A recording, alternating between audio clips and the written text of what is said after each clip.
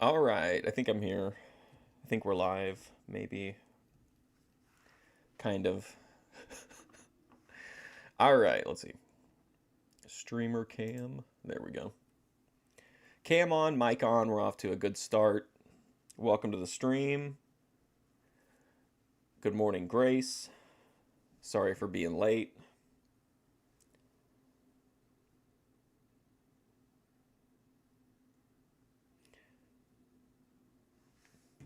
We're back with more Memphis wrestling. There's no better place to be, right, than 1986 Memphis wrestling. Buddy Landel, Dutch Mantel, Jerry Lawler.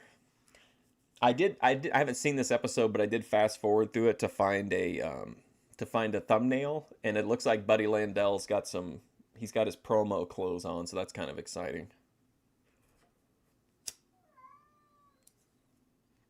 Hey, what's up, Randy?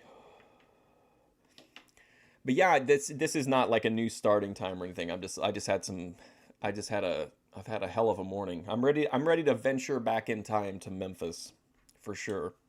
All right, since we're short on time today, let's go ahead and jump in and get started.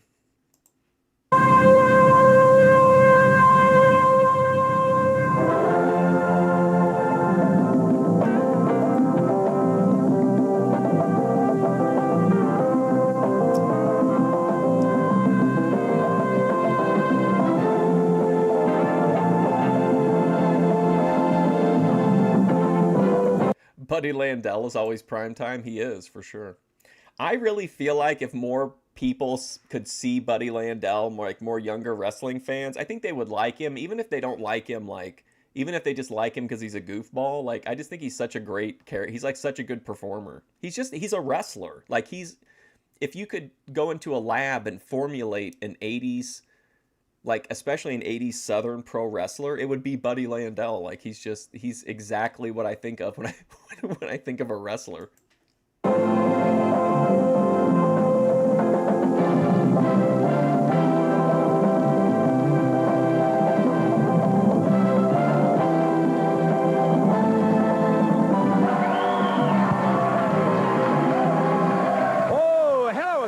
Lance Russell and Dave Brown, and we're sitting right along ringside ready to go with another big week championship wrestling. Boy, I tell you, we're going to kick this one off today with the Memphis Vice going against the Beach Boys. That should be a great opening match here. You betcha. In addition to that, we'll have the Giant Hillbilly, new face Diesel Dan.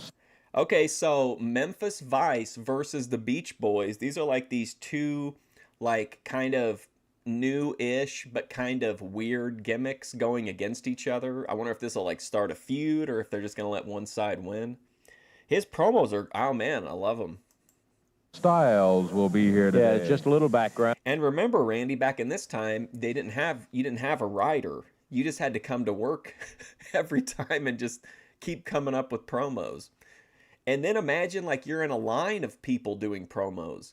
So as each person goes, they might have used an idea or a phrase or something that you were going to use. And I just think it'd be really hard to keep coming up with shit constantly. I know he's an ex-trucker who decided to become a professional wrestler after wrestling all that. An ex-trucker? Freight and stuff around. Well, I'll tell you, he's something else, too. He's going to be here today. Also, Big Joe LeDuc will be here. Bill Dundee, Rip Rogers, the Nightmares will be returning. And then a little bit later on, we will have the Mod Squad and Fire and Flame. Fire and Flame, yeah. And I think that they are a newest member of the Dynasty from J.D. Costello's press releases. We'll have to wait and see what they are. By golly, we got a bunch. Let's get into it. Time out right now, and we'll be back with the Memphis Vice and the Beach Boys in just a moment. I've got I have some Boit Watch stuff that I just need to record, but I've got a couple interesting episodes to post. Every time I get ready to do I'm trying to do a kind of, not a long form one, but a 20 or 30 minute video on this one guy for Boit Watch. But every time I go to I think his story in this one little arc that he has going is done, he posts another fucking video, and it's man, I don't want to cover it before it's over, you know what I mean? Hey, how's it going, King TL? Yeah, right off the bat, the Beach Boys, you can't beat that shit.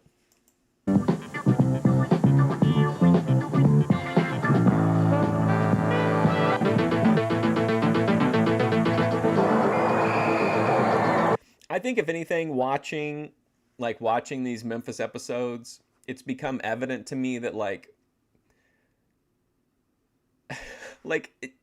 I just like wrestling for me, like the in-ring stuff counts, but I just feel like as long as it's like engaging and there's interesting characters and there's interesting promos, like it's just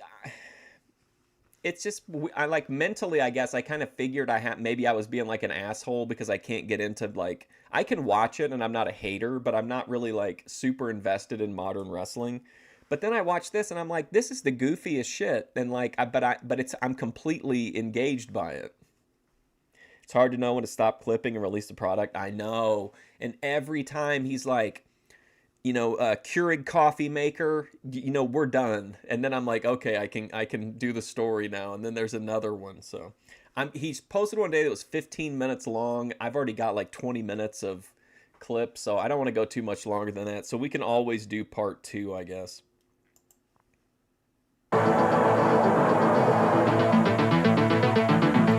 Buddy Landel, Bill Dundee. Yeah, I mean, those are all good promo guys. I feel like everybody here eventually, if they get enough mic time, kind of improves a little bit. Or if they don't improve, we don't hear them on the mic anymore. Like, we don't hear Billy Travis on the mic anymore. Fight. California, where do they get a hold of the Memphis fights? It'll be the biggest wave they ever got a hold of, boy. There you hear the Beat the beach bomb brains out. You understand that, Lamb? I want you right next to sit there. Beach bomb, boy. Beach bomb. Big Lou having lots to say along with Jerry Bryant. The Memphis. What a match to start off with. You'd think this would be like an arena match. Five, stepping in, and we'll wait now for the appearance of the Beach Boys. He'll have me saying Beach Boys. Here they come.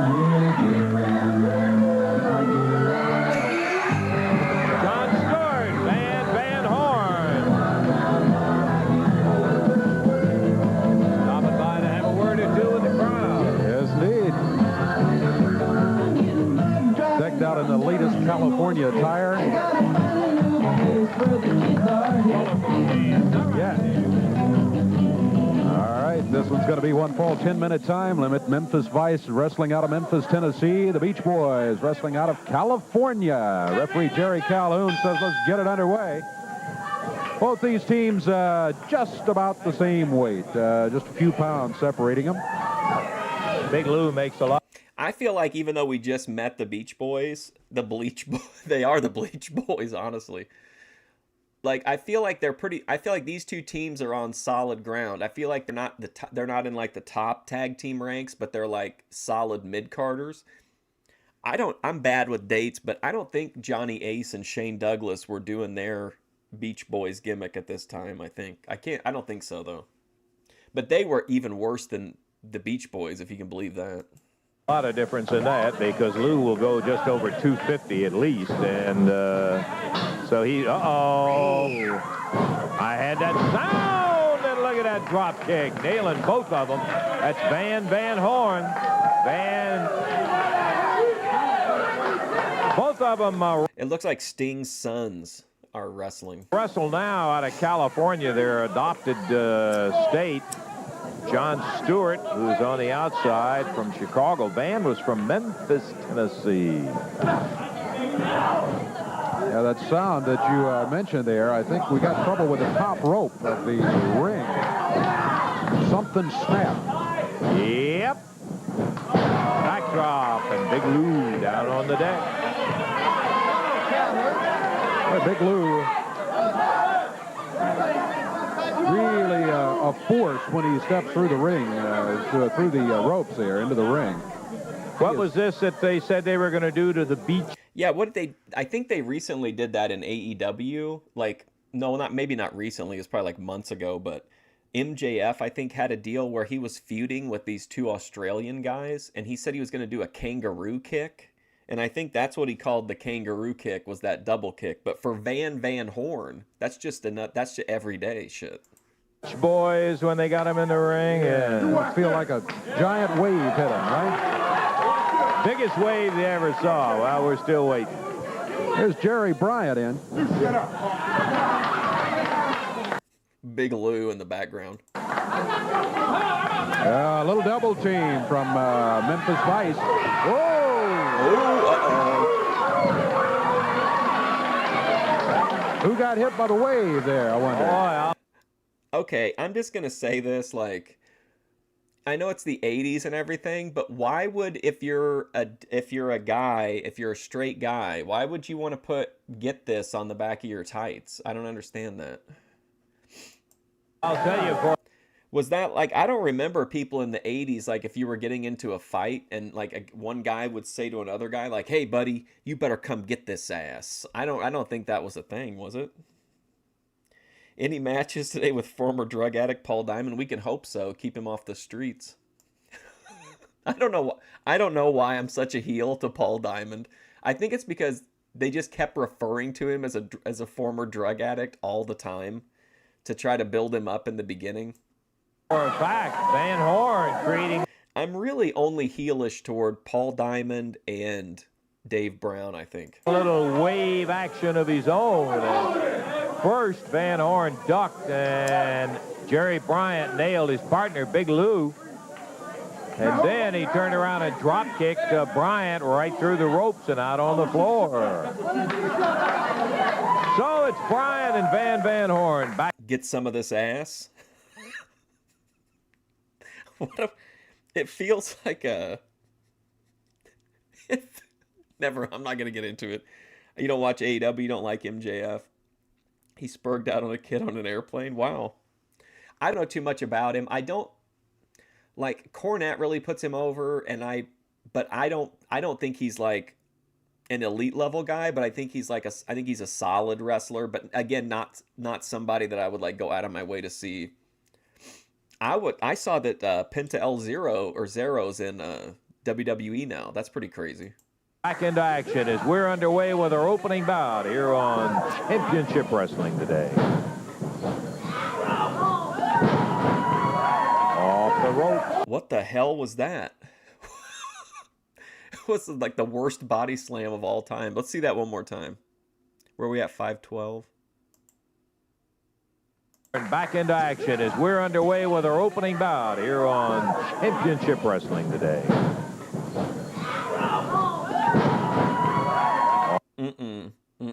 Off the rope.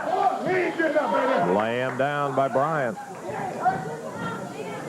Looked like he might have been going at a flying press, and he... Yes. Unfortunately, though, even though it looked awkward, at least they had the good sense to, like, keep going and just do something to keep going. Hey, what's up, JF? Waist locked him. Oh, big broad arm. Clotheslined him right off his feet. Boy, he sure did. Left him for Lou Winston. Bryant has made the tag on Big Lou. Big Lou came in. Oh, he actually wrestled on the show? I didn't know. I didn't get a chance to. I didn't watch it last night yet. Hail the Gooner King! Hell yeah, we got lots of Gooner content. Man, Boit Watch is going to be There's going to be a lot of non-Gooner content, but like the Boit Watch format really opens up to like a new level of Gooner content too. With a doubled up right fist. There's also a Boit Watch episode that seems like it should be Gooner content, but it's absolutely like. Like, well, I guess some people could goon to it, but I thought it was just pretty strange. Van Horn off the rope. Ooh, he just ran right into Winston. Lou dropped. Big Lou, man. Ever since whoever pointed out yesterday that he was like sloppy in the ring, I keep seeing it, and like it's pretty true. Down with the upper arm, makes a tag on Jerry Bryant.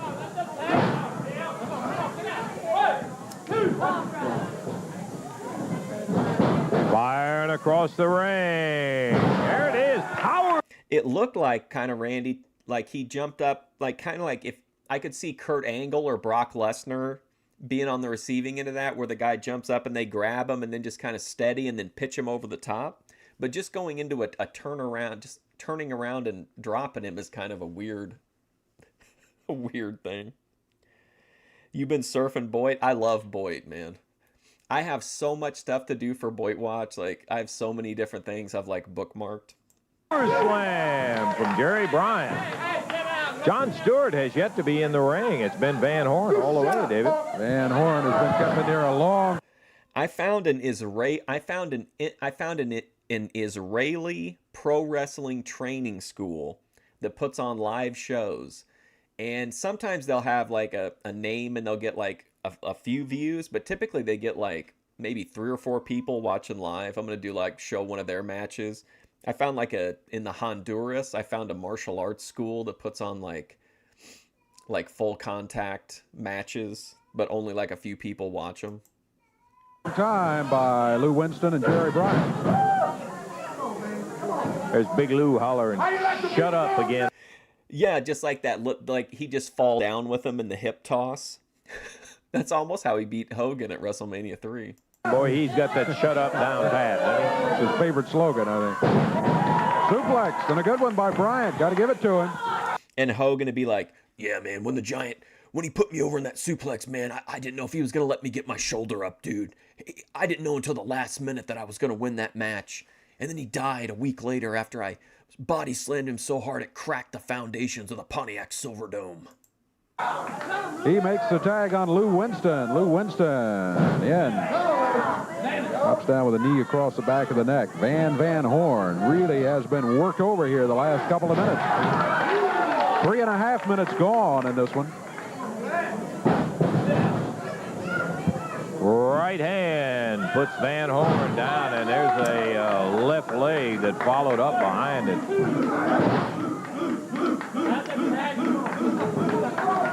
Turnbuckle in the corner, rattling Van Horn's head off of it. He's trying to battle his way out. Get this. He's caught in between both of the Memphis Vice. Not much chance of getting away from there. Big slam from Jerry Bryant.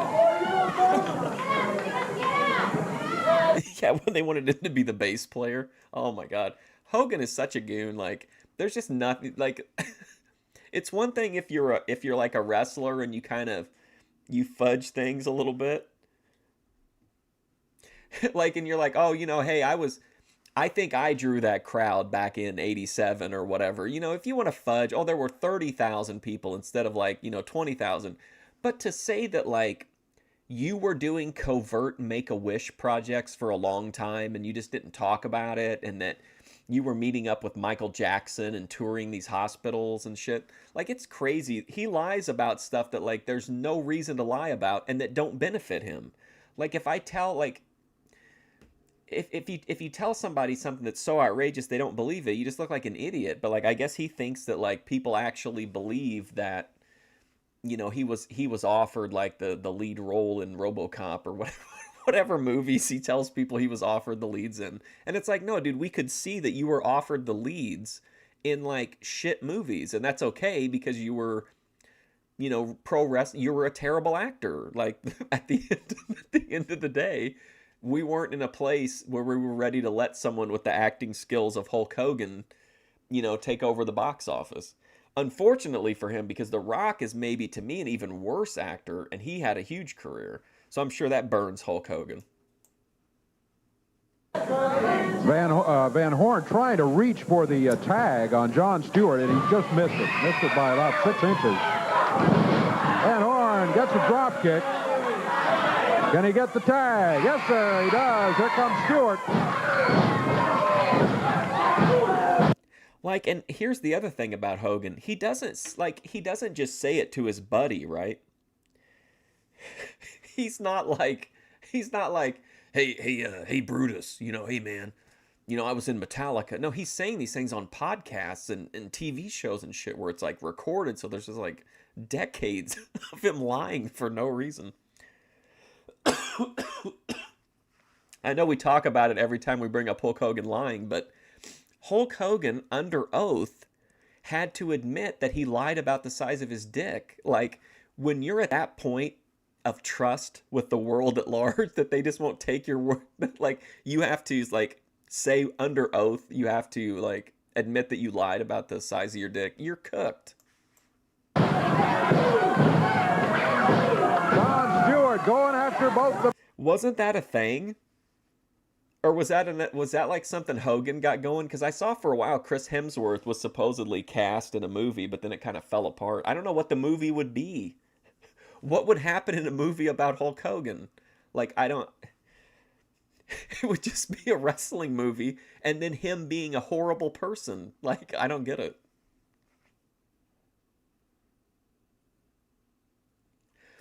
You know what? That's funny you say that, Randy. I told Honky Tonk Man one time that he drew the house at WrestleMania 3, and he said that he appreciated me saying so because he knew that a lot of the people there were there to see him, but he didn't want to take the shine off of anybody else. The Memphis Vice. Winston is out of the ring. Jerry Bryant fired into the rope. Stewart drops him over the back and covers one.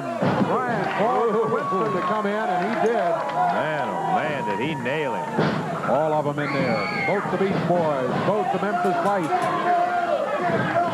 Out of control, and referee Jerry Bryant grabs Stewart. Oh! Jerry Calhoun got nailed by Jerry Bryant with a right fist.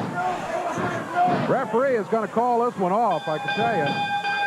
Now, is it going to be disqualification if he realizes who hit him? I guarantee you it's disqualification on Jerry Bryant and Lou Winston. It is. I feel like as a wrestling fan, if you're from my era and you're talking to the wrestlers from that era of like the 80s and 90s, I feel like I owe it to them to blow smoke up their ass because that's how their world works. You know, that's how it's all bullshit. Everything's a work to these guys. They think everything is, you know, they think the NFL is a work, that the NBA is a work. Everything's a work to them. So, like, I think if you just bullshit them, like, that's kind of what, you know, I'm sure he laughed later at he's like, that dipshit that said I drew the crowd at the Pontiac Silverdome. I think you gotta give them the kayfabe. I think they like it. Yeah, that's it. The Beach Boys get the victory. And the odd thing about it, with all the things that happened, maybe Chuck Norris will take over as the spokesman for his beer company. that was an accidental situation where Stewart ducked. That's true. That's true. 5 minutes, 5 seconds to time on it. Jerry Bryant and Lou Winston leaving here, the losers of the match, to the Beach Boys, John Stewart and Van Horn. Okay, doke, Dave. We've got more action coming up. Before we get into the ring again, we want to take time to say hi to Paul Diamond. Paul, out of Canada. Oh, boy. Here we go. Former drug addict Paul Diamond. He's still got the same hat on as last time. I shouldn't say I always wore the same hat. I will say this, Paul, in reference to your situation. Is this like what's the deal with it? The real country, is that like are they promoting something? Situation with Joe LeDuc of him having clipped your hair and all. I believe you got his attention, showed him you were a man. Well, I got a message for Joe. Oh, he got the hat on because of the hair. I forgot. And then that was when King TL was gooning yesterday. Joe LeDuc, Lance. You know, Joe LeDuc, you thought you would make me a man by doing what you did to me. Well, I'm sorry to disappoint you, brother. I was already a man before I met you, and I proved that to you in the ring the other night. I'm not scared of you. Chuck Norris is a former drug addict. Yeah, you're big, you're tough. You make all these faces. You think everybody should be scared of you. Well, you're looking at one guy right here that's not. I'm going to be on your tail every chance I get. So you better keep your eye on your shoulder, brother. Yeah, you hear it from Paul Diamond. Chuck Norris is unquestionably a propagandist, but the films that he made are like so good. They're so corny. He made one, I don't know if you guys have seen it. It's called Invasion USA.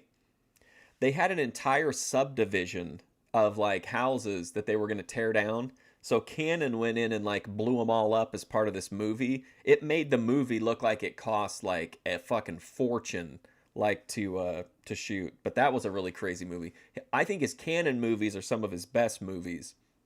Because after that, outside of Cannon, then kind of things started going downhill. But his Cannon stuff is amazing.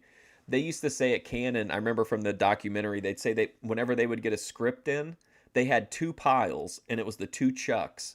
You either gave it to Chuck Norris or to Charles Bronson. Like, those were the only, every script that came in was for one of those two guys.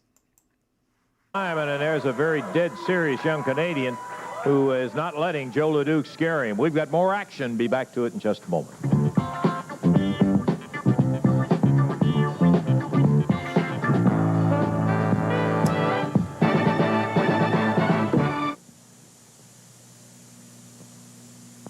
action. You betcha. Coming up Wednesday night, some kind of... We could definitely watch a Chuck Norris movie, but I think if we were going to do that, we would probably have to move. I mean, I could give plenty of notice and stuff, but we'd probably have to do that on Twitch. Most of the canon movies would probably be covered on here because they're still pretty, like, what people still seek them out. Chuck Woolery? I wish Chuck Woolery. That would have been amazing. Chuck Norris made a ton of movies with canon. He made, well, the first Death Wish movie was kind of like a regular movie. It was like a serious drama with some like thriller elements. But then the people at Canon saw that and bought the rights and started making like the basically rich white people against like denizens of the inner city, and like it became like this like the old people against like the punks that, you know, were running the town or whatever. But the later Death Wish movies are crazy.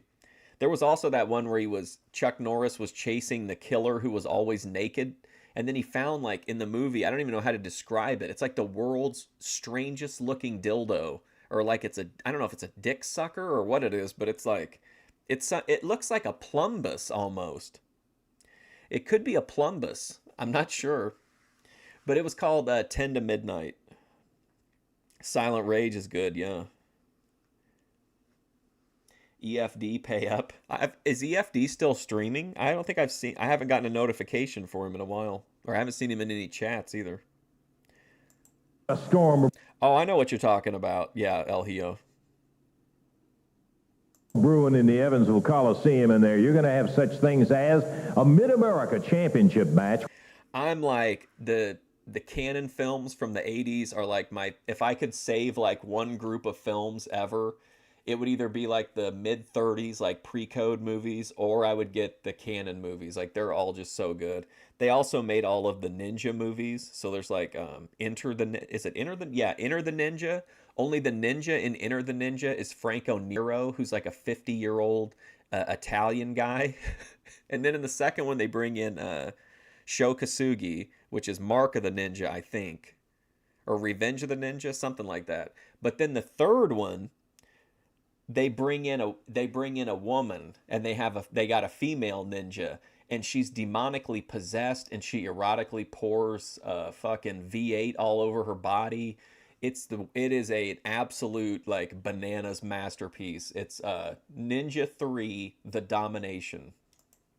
With no time, no disqualification, Hustler Rip Rogers belt the Mid-America title on the line against Dutch Mantel's hair. That's right, Hustler Rip Rogers with my Mid-America belt and my beautiful hair. Because after Wednesday night, Dutch Mantel, that's right, Wednesday in Evansville, you'll be bald, baby. Bald in Evansville, and I'll still... American, absolutely. There's like, oh my God, Michael Dukakis.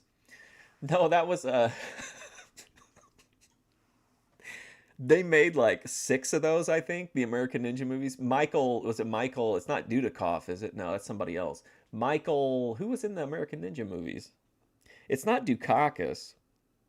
Yes, Franco Nero. I mean, a legend. I'm not knocking the guy. But like, if you're making a ninja movie, like, he's an odd choice, but it works. The movie is, I mean, it's wild, but it's like super entertaining. What was that guy's name? Michael...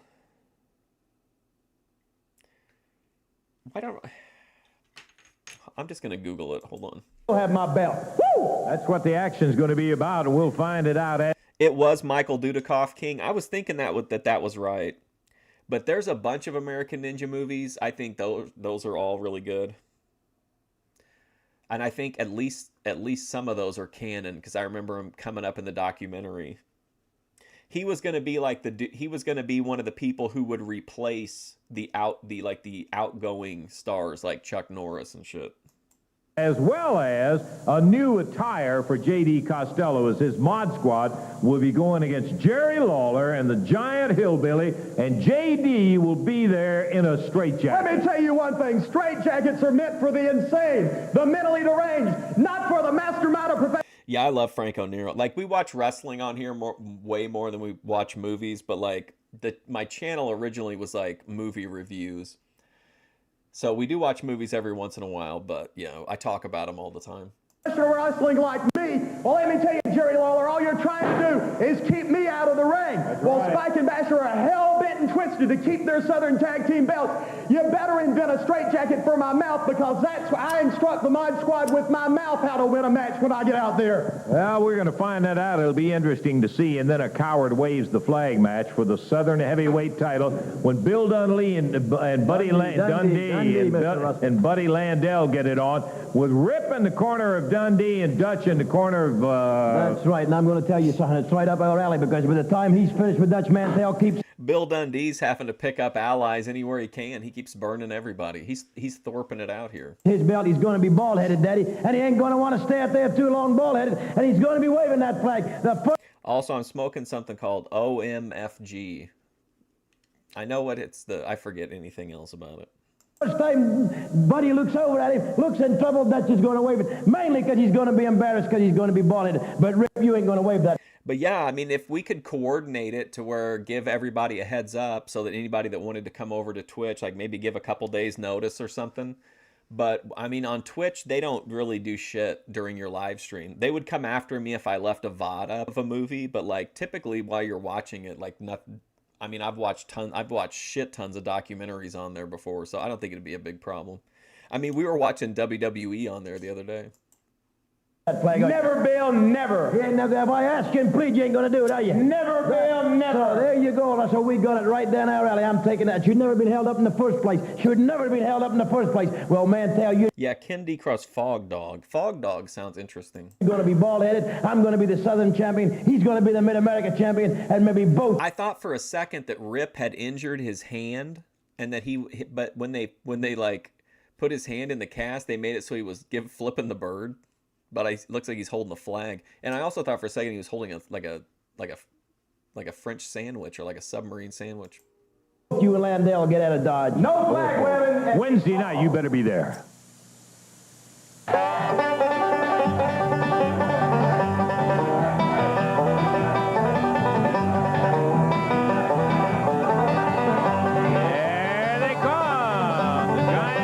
Okay, is this the trucker guy? Hillbilly. And a brand new face is born that we have not seen on Championship Wrestling before.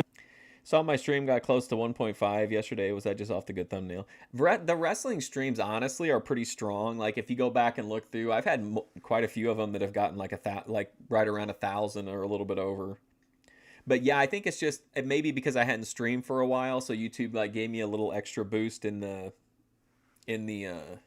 algorithm. And also there were a couple people who came in who were like, it looked like they had their own wrestling channels and they brought some of their people over as well. So, but yeah, I mean, that was pretty crazy though. That's pretty wild numbers. Whoops. Diesel Dan style. Around the ring they go. The Hillbilly's favorite music. And we are about ready for the introduction. Now, see, here's where wrestling gets complicated, everybody. Typically, if you're a pro wrestler, you would get ring rats, right? But if you're a trucker, you don't get ring rats. You get lot lizards. So you've got this guy is trying to... Remember in Seinfeld where he got mad because the dentist like was converting to Judaism so he could tell Jewish jokes? Like, this trucker guy is trying to get the best of both worlds. He wants access to the ring rats, but he also wants access to the lot lizards. And I feel like that's a little bit greedy, I think. For our next match, Dave. This one will be one fall 10-minute time limit. Across the way, it's Abdul Gaddafi and Keith Eric. No way. His name is Diesel Dan Styles. Okay. And Diesel Dan Styles, our first look at him here today. The original Diesel. Teamed up with the giant Hillbilly. Diesel Dan out of Marble, South Carolina. The Hillbilly out of Horn Lake, Mississippi. Got him dressed out in some galluses there, too. Yeah. Yes, sir. Diesel Dan starts for his team against the big Libyan, Abdul Gaddafi. The big Libyan. Former trucker, Dan Styles is, and he has taken up professional wrestling. Comes in here today, our first look at him, and he's a pretty strong gentleman.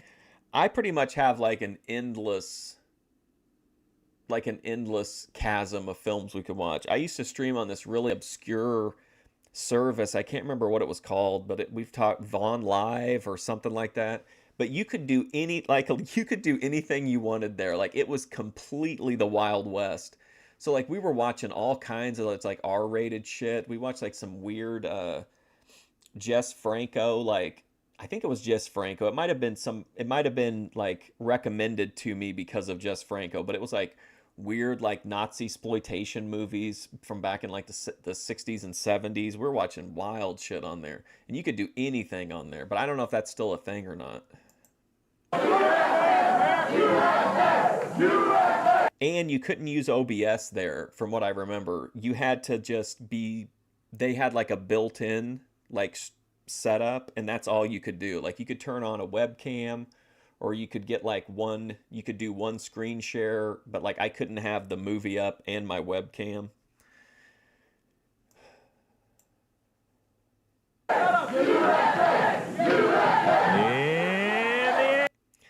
Well, you know, King, if you're like me and you went there a lot too, like you saw them so many times, like they're like permanently etched into my brain too. Some of those like old 80s and 90s like horror movie VHS covers. Down goes, and boy, that is no easy task to be able to slam Gaddafi. Gaddafi weighs in about 285, 286. Diesel Dan picked him up and slammed him.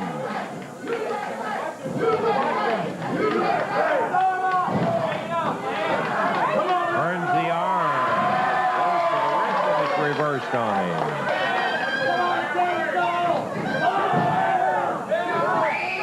Diesel Dan with a reversal. Like, don't you think it's kind of weird that like I can mark my streams like 18 plus?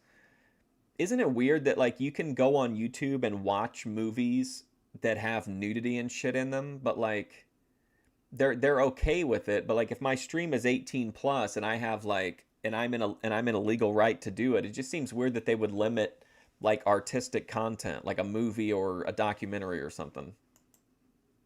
Wrapping it up, putting a twist on the left arm. Now he bars. Like, if you're in a stream that's flagged like that you're watching a movie about war, like it just, I don't understand why you would why they would be up. I mean, if it's a documentary about war and it's flagged as such, like why they would get mad if there was like a part in there that was, you know, like had some violence in it, because it's a war documentary. There's it. Puts another little half twist on it. Hair pulling by Abdul Gaddafi stopped that as he yanked Styles back to the ropes. Reversal by Dan Styles. Good balance. And Diesel Dan ends up with the advantage. Gaddafi in the air and a body slam. Straight up in the air, too, Dave. Boy, he drops an elbow right down behind. Yes, sir. Count of one. But Keith Eric comes in, and at the same time, Abdul Gaddafi kicks his way out of that one. Styles not letting up for a minute. Knows how to use that right fist as he pounds away on Abdul Gaddafi. Eric still has not been in legally. Gaddafi up on his feet now. Not for long, though. Diesel Dan Styles puts the third body slam of this match on him. Goes for the cover. He's got him down there. Count of two. There again is Keith Eric to break it up at the 2 count. Gaddafi going for the eyes now and the throat as he backs Diesel Dan Styles into the corner.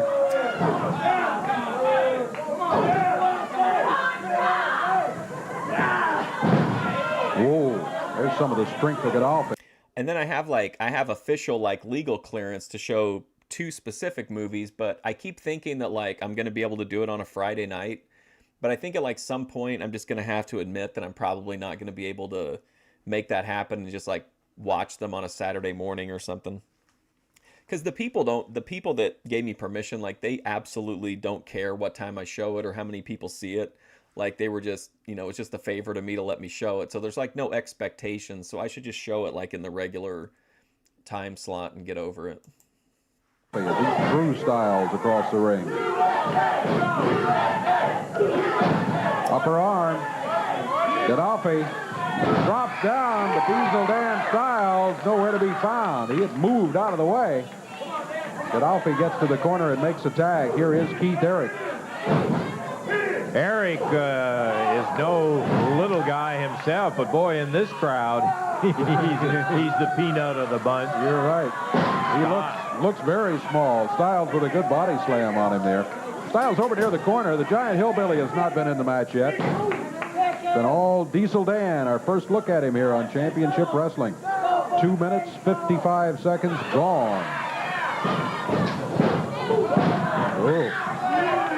Here's the Hillbilly. Look at Mr. Nanny watch along. If we were going to do a Hogan one, I think I would have to do Santa with muscles. It's pretty amazing for that. Let Big Country in the ring. Yeah.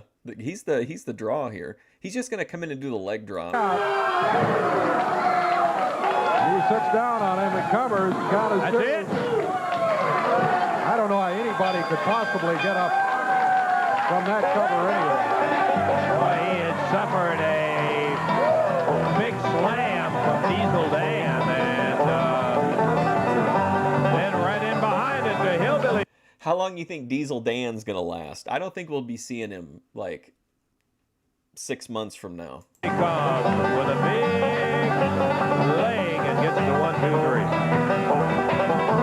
Joe LeDuc out here giving the Giant Hillbilly a problem at ringside.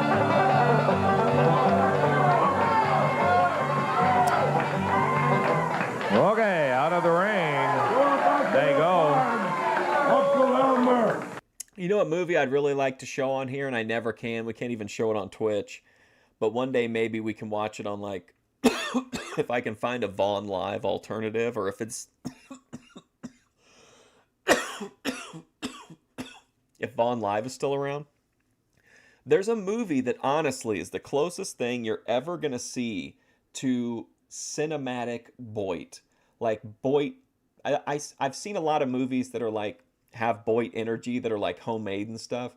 But there's this one movie that's just absolutely encompasses almost everything that I love about Boit into a movie. And it's a movie called Bat Pussy. It was like lost, I guess, for like a super long time. And they finally found a copy of it. And they released it. And it's the absolute nuttiest shit like of all time. It's a porno about a couple. And the guy wants to do it. And the girl wants to do it. And the whole movie is about them trying to have sex, but all they do is argue with each other and insult each other and like berate each other, and like it's like the guy never, the whole time the guy never can get a hard on, which is brought up many times. Then all of a sudden, out of nowhere, remember those things that it was a long time ago, but like it was like a big rubber ball, and like you would sit on it and you could like bounce around on it. Whatever that thing is, a hop along or whatever. There's a woman in the cheapest Batgirl suit you've ever seen in your life, and she's sitting on this thing and she's hopping because somebody is having sex in Gotham City and she's got to come in and intervene. So she goes over there on her hop along and gets involved in this, and somehow the guy almost power bombs her off the bed onto the floor. The Batgirl looks injured numerous times. The insults continue, and then the movie just ends. Like it's everything Boit, like if Boit were a movie. But it's, to me, I don't really see the issue because they never have sex. So it should just be considered like R-rated because they don't like nothing ever happens. But anyway, if you look it up, it's Bat Pussy. I'll show you that cover art. I know exactly where my Blu-ray the movie is. Who's that big boy over there?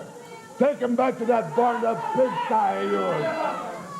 Joe LeDuc hollering over at the Giant Hillbilly and Diesel Dan Styles. Okay, Joe LeDuc. Well, I'd say one thing. You didn't scare Paul Diamond off. Listen to me, Lance Russell. You're not here to give your idea. I'm here today. All I did last week, Paul Diamond, is do what I said I was going to do. Cut your hair, make you look half decent, halfway like a man. Fat Keemstar is back. Check out this artwork. Hold on, let me make my... What's happening here? Well, it's not wanting... I can't mess with my... Oh, never mind. I'm an idiot. I had it locked. Okay, here. Check this out. Being a good thumbnail. But yeah, this is the movie. It's like, it's amazing. It's such a like work of art. The most dysfunctional porno ever made. You come out here and scream, I already was a man. Let me tell you something, Paul Diamond.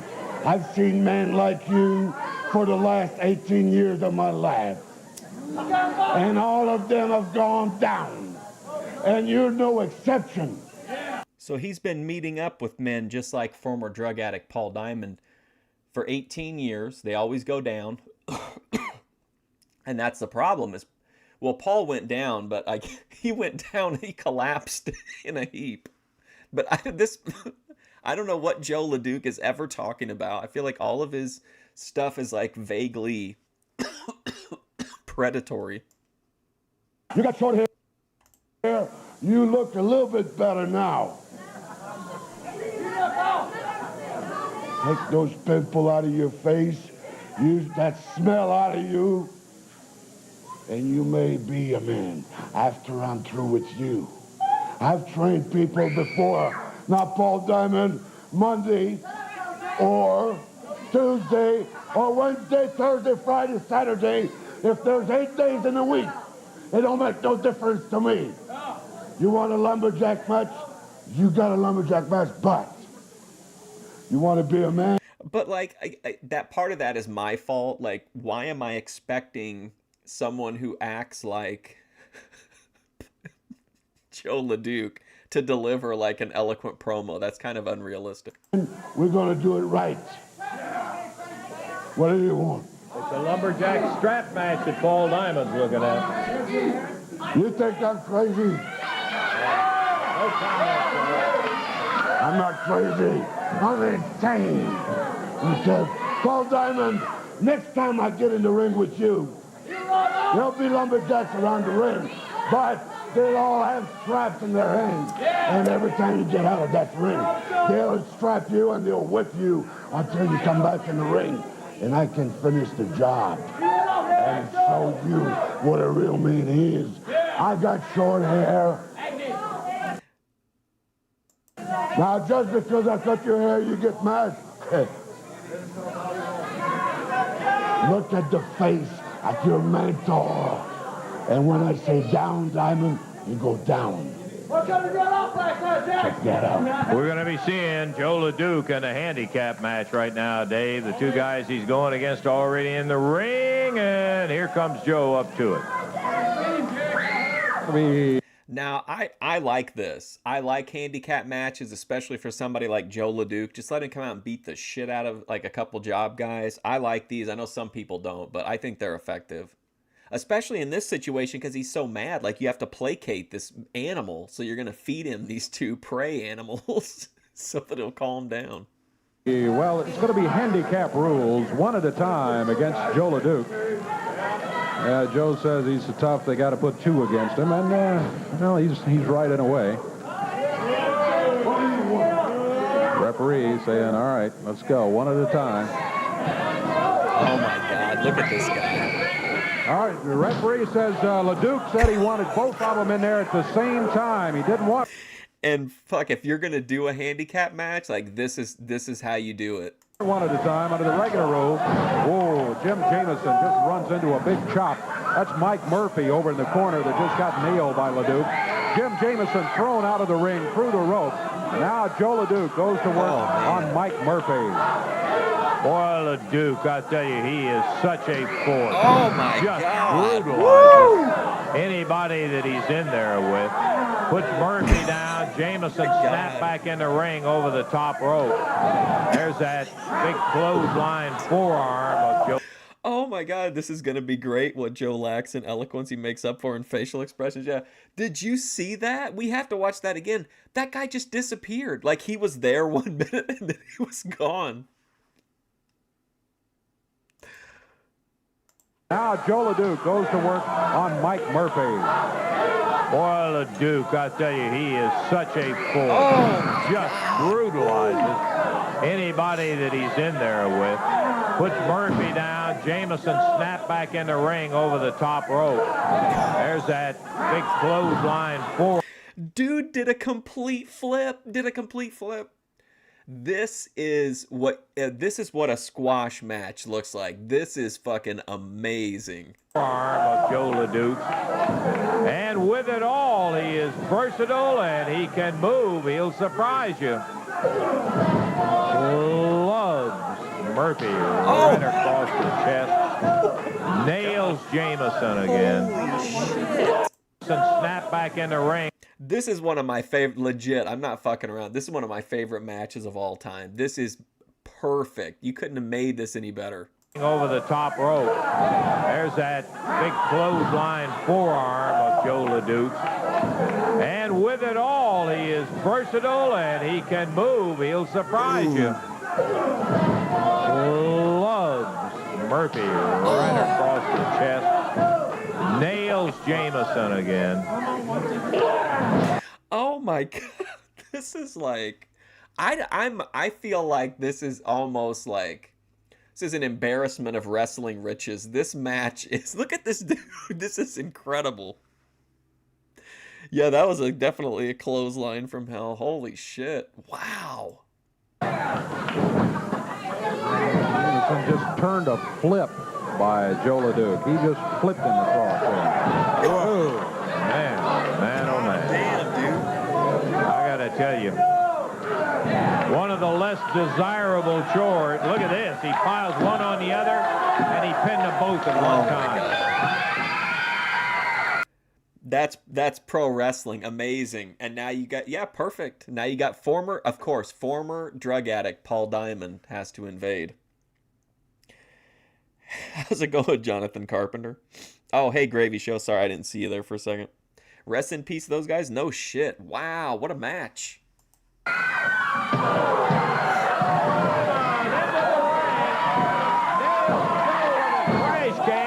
Paul Diamond, little known fact, he actually had access to that trash can because it's in the alleyway he was sleeping in.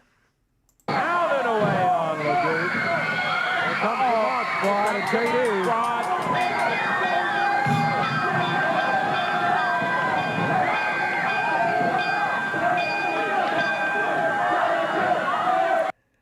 Oh my God.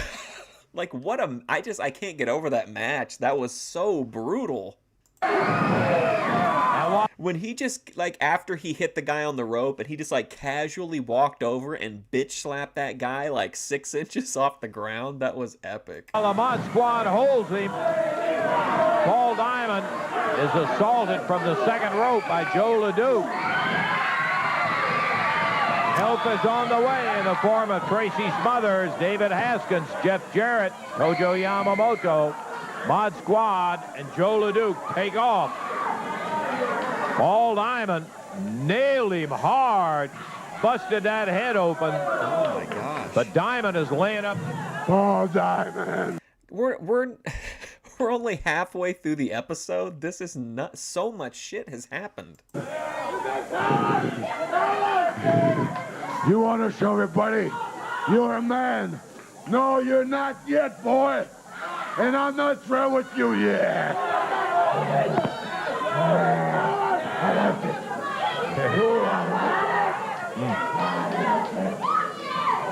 Well, one of the weird people, yes indeed, Joe LeDuc, ends up.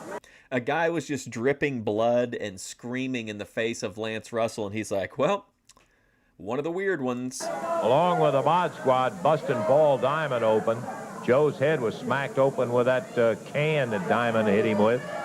He was brutalizing Mike Murphy and Jim Jamison, and he was brutalizing Mike Murphy. Diamond came in right after the 1, 2, 3 and blasted him. Then comes the Mod Squad. We're going to take time out. Got more action in a moment. Good. Nice.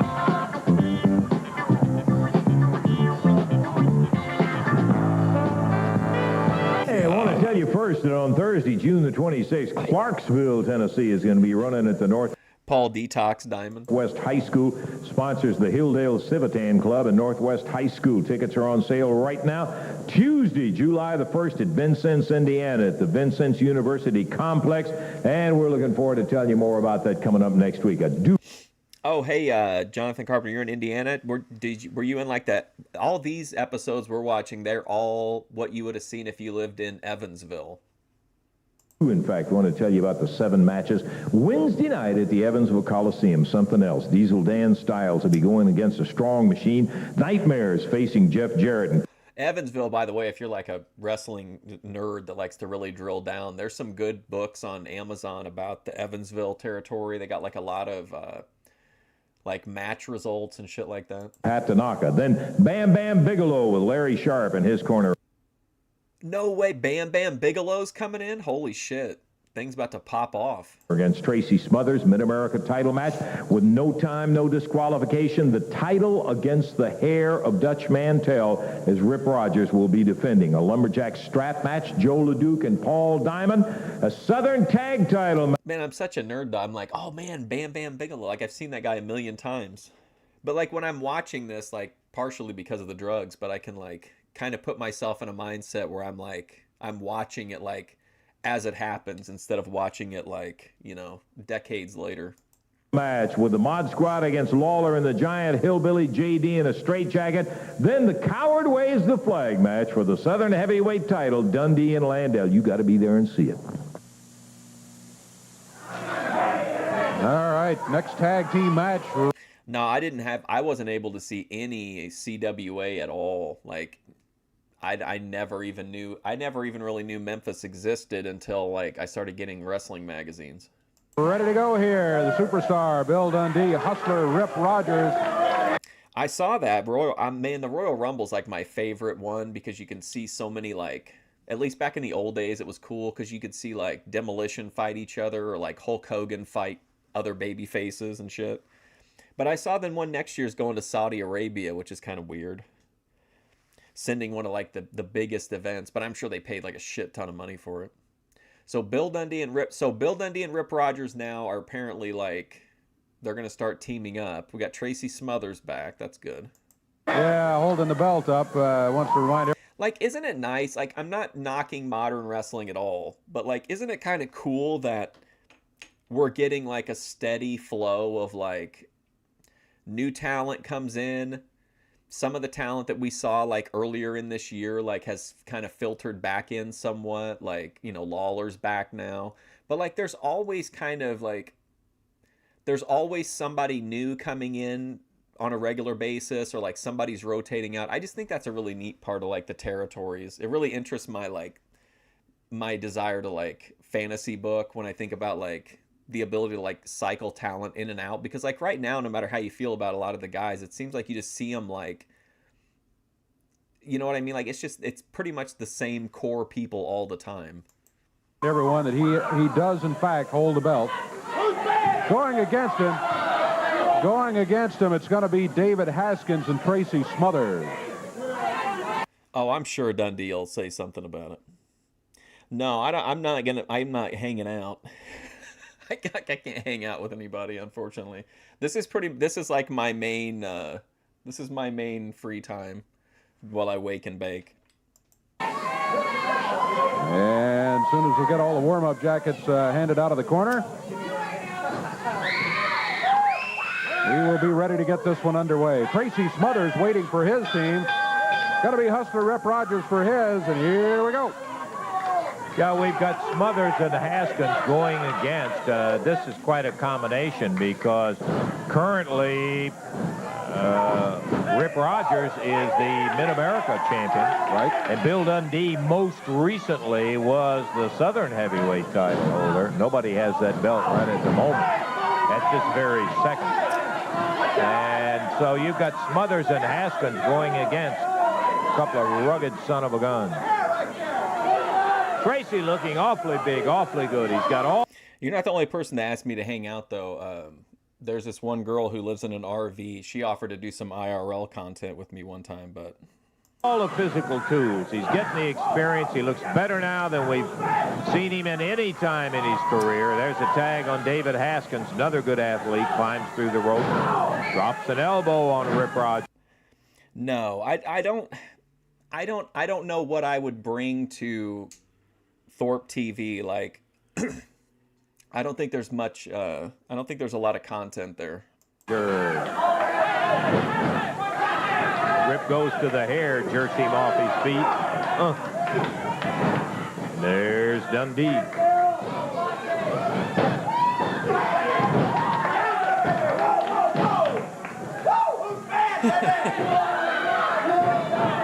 Dundee just really pounding on David Haskins. Throws him over to the corner and says, make your tag, and he does. Here's Tracy Smothers.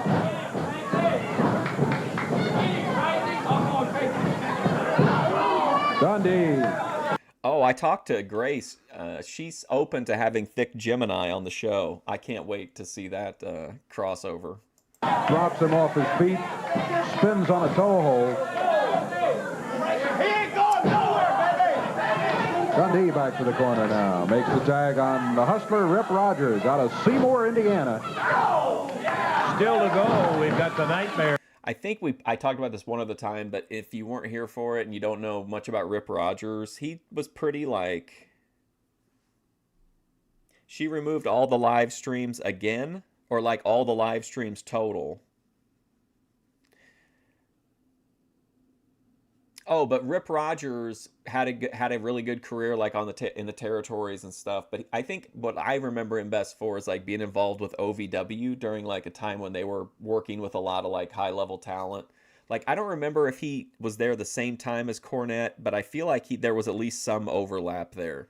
But he was instrumental in a lot of the stuff in OVW, and now he does like a podcast. He has a pretty decent podcast. Oh, all the live streams are gone. Oh wow. Yeah, the WWE is now on Netflix. Absolutely. Hormaxer has also removed all of his live streams. Huh. What's a Hormaxer isn't a surprise because it doesn't, I could be wrong, but like it seems like he always says he doesn't want to be clipped. He doesn't want anybody to see it. I think he just wants to do a live show and be done with it. So that's not super surprising, but Grace, like literally like every live stream, like not even like the... Like I think it like started around her birthday, and then she had a few that she went back and retitled. But are you saying like literally all the live streams are gone off of Thorpe TV? Is returning the championship wrestling first time in quite some time. Fire and Flame, brand new team will be in there. Yeah, with J.D. Costello in their corner. Dundee, Tracy Smothers going after each other here. Back in the corner, Dundee. Pops him open hand across the chest. Into the rope. Smothers bounced out of there, and Dundee was waiting for him. Dundee now makes the tag. Rip Rogers.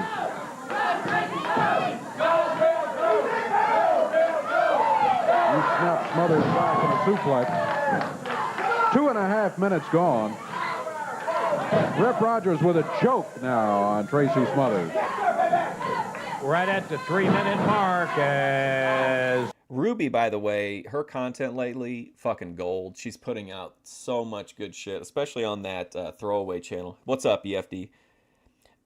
The Grace thing is interesting that she take the live streams down because I just talked to her and I asked her if she could... You remember that time King TL did an entire show by himself that was like 8 hours long or something?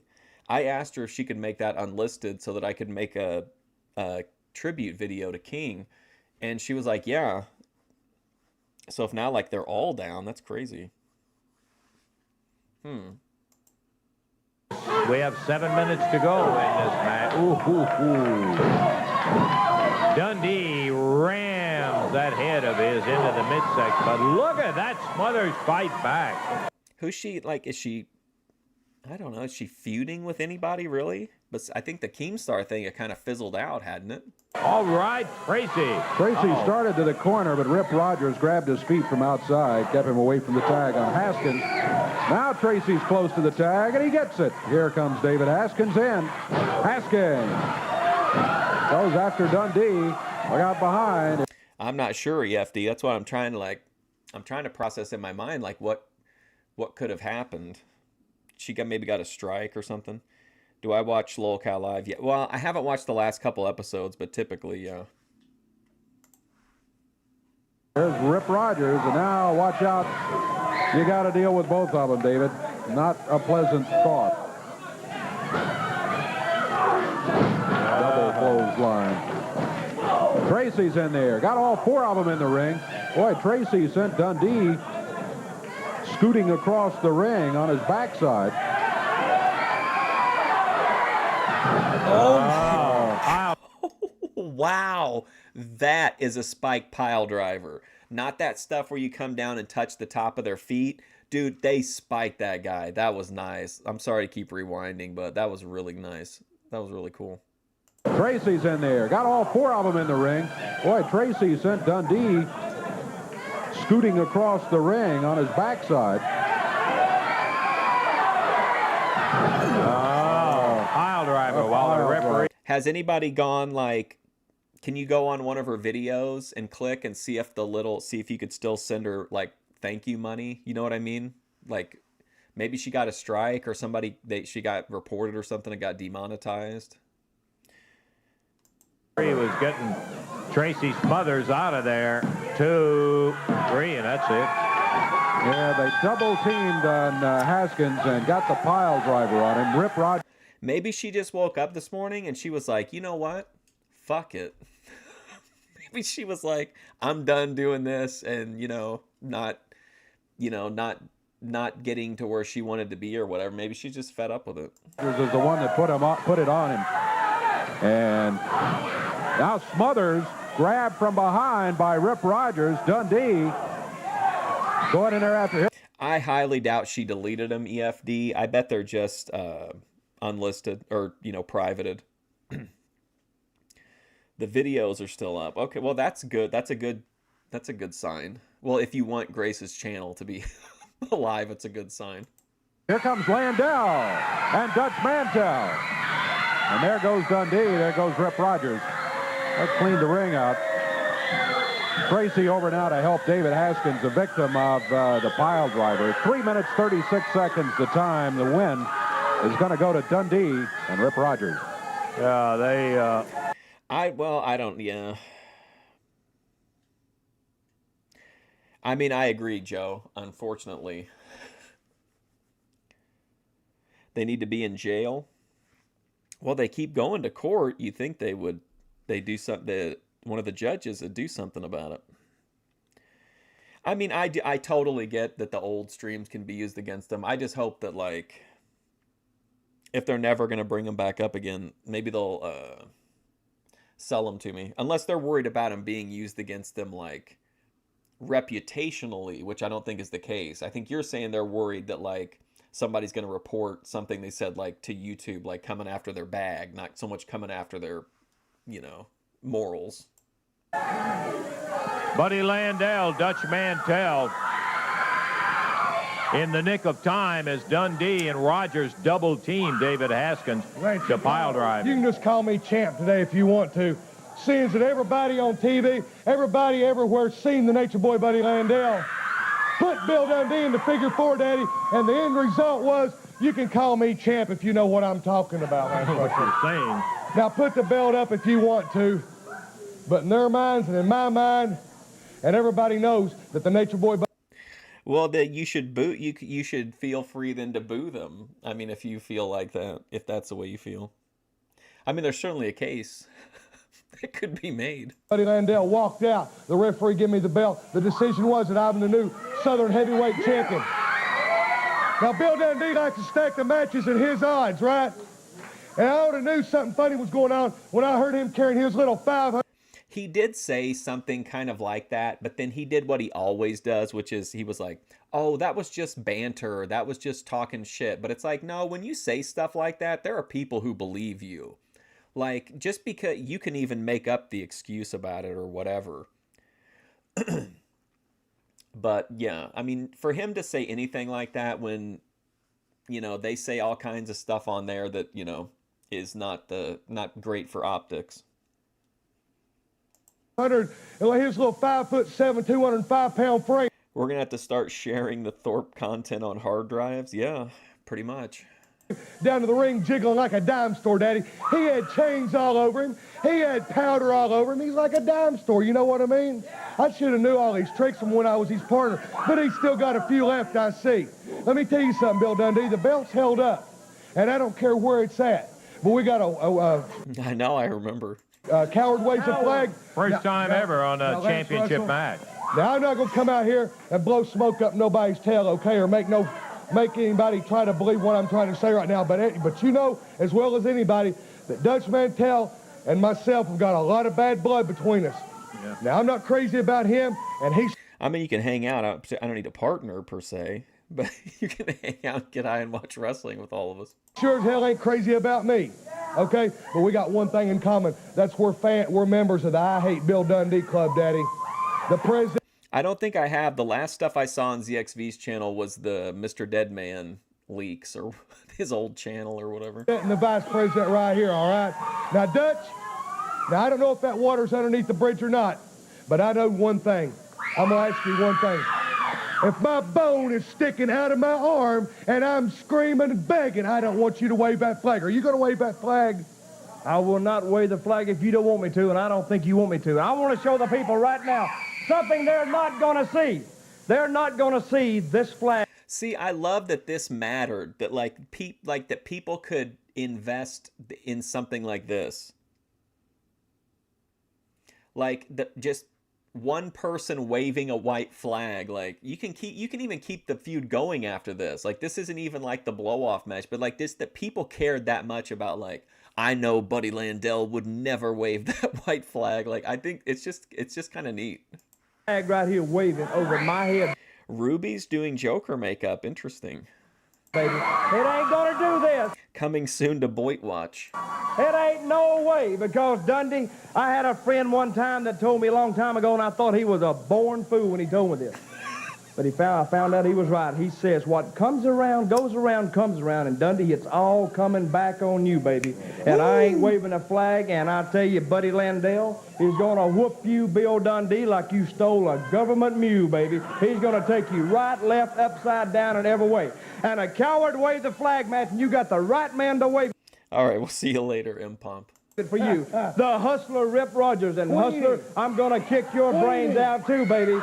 But the flag is not going to wave, and Buddy Landel is going to walk away from that ring after he gets through with you, Dundee, as the undisputed Southern heavyweight champion. Mark my words, baby. Hey, what else can I say, brother? The main thing is, hey, you can call me champ now, or you can call me champ later. It ain't make no difference. The bottom line is, call me champ. Buddy Landel and Bill Dundee will meet in an AWA Southern heavyweight title match in the near future. Hey, what's up, Michael Myers? Landel will have Mantell in his corner with a flag, and Rip Rogers will be in Dundee. We'll tell you about that when it comes up. Time out now, we'll be back. I hope they show clips of it on the next show. In just a minute.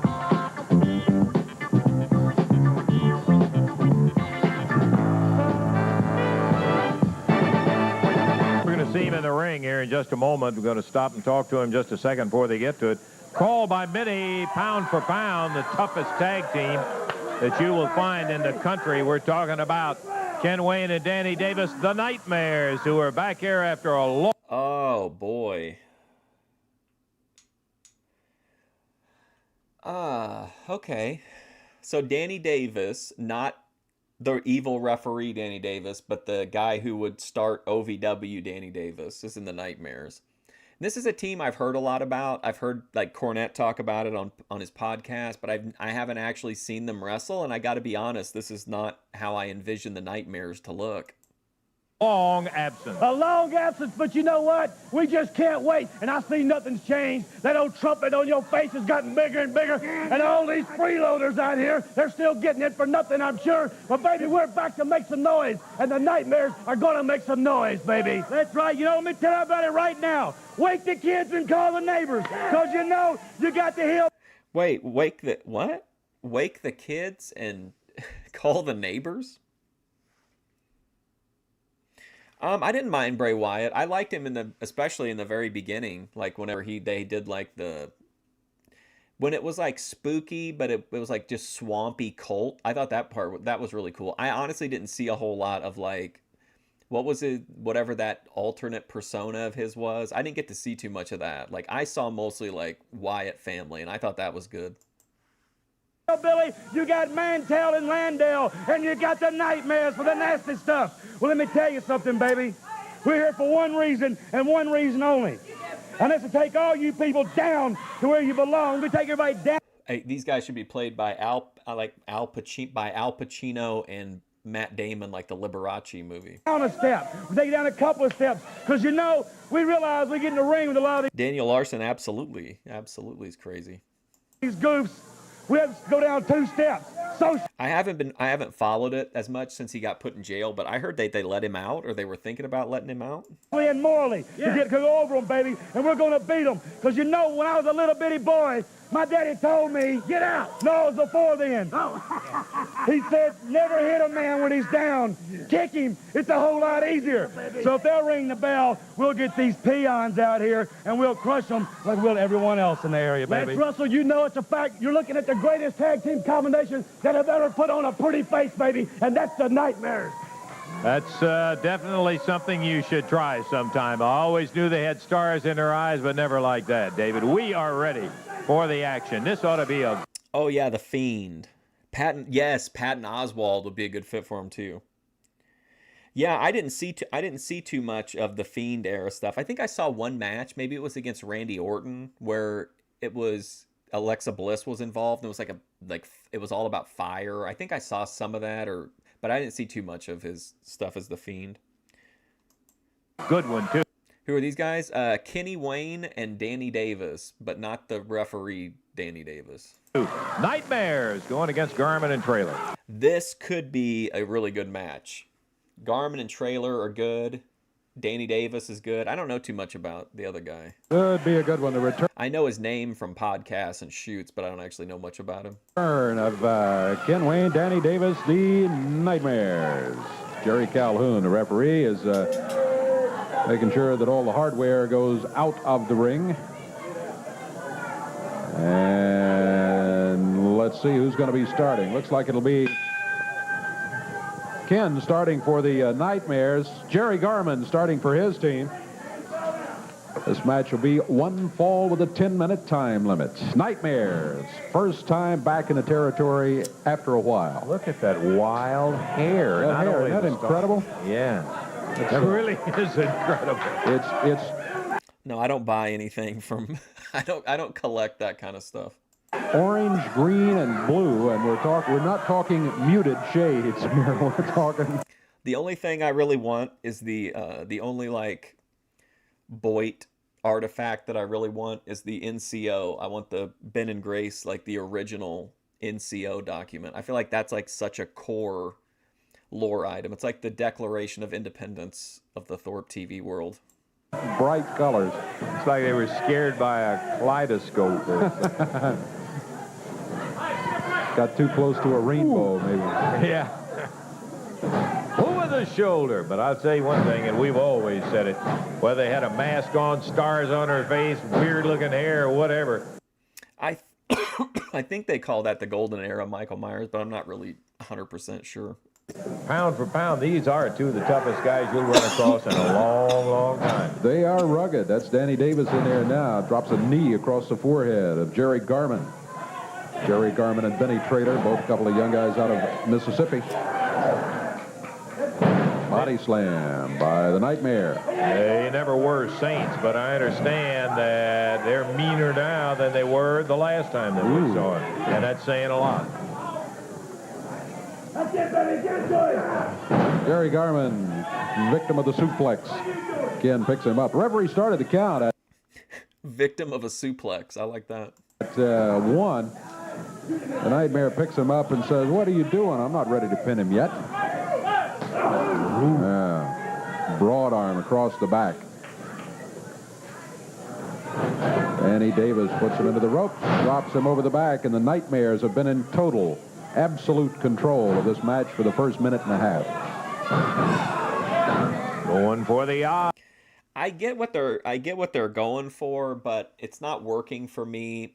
I mean, Benny, Trailer, and Garmin are like, they're athletes. Like these guys are not, the most physically imposing people. Them like no selling, I don't really care for it. I can see if they don't want to sell it much or they don't want to like react a lot, but like you're getting hit, like you're gonna move a little bit. You're not like you don't have any fighting spirit built up because you haven't taken any damage. Like, come on, bro. You can sell a little bit. And that's what you will go for. I'm smoking OMFG.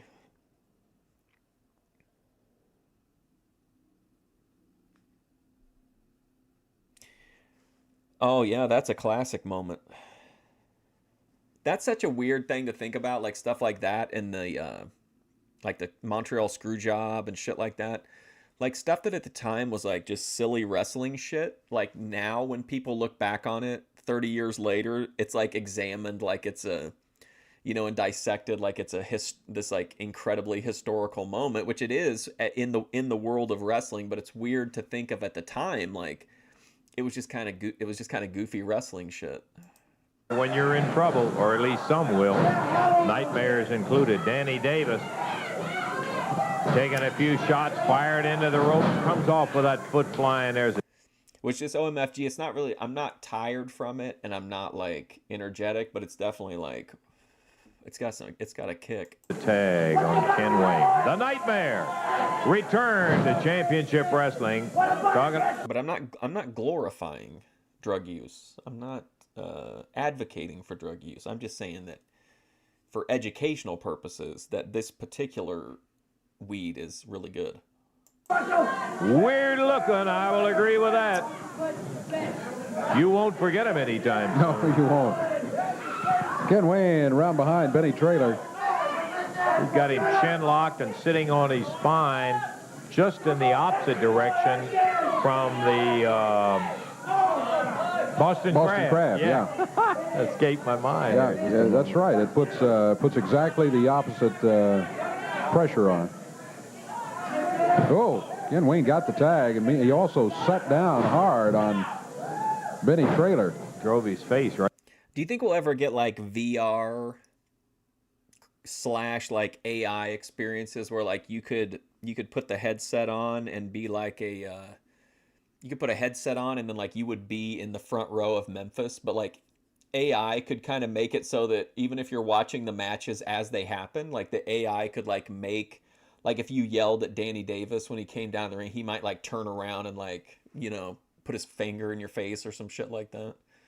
Like, I think that's something with VR that is much more interesting to me than games would be like experiences like that. Like you could feel like you were at ringside.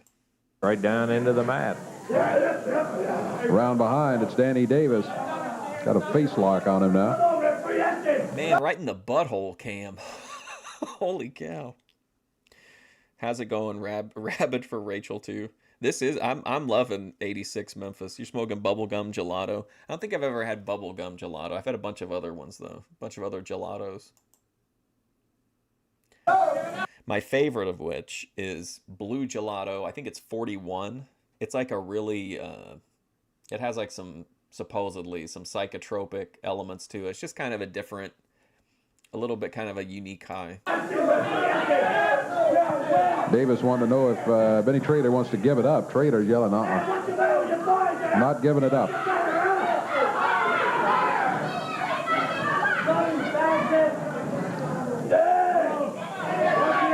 Thanks, Michael McCafferty.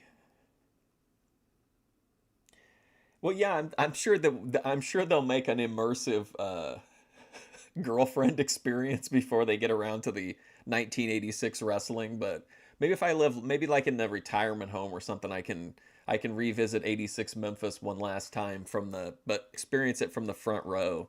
I can heckle J.D. Costello.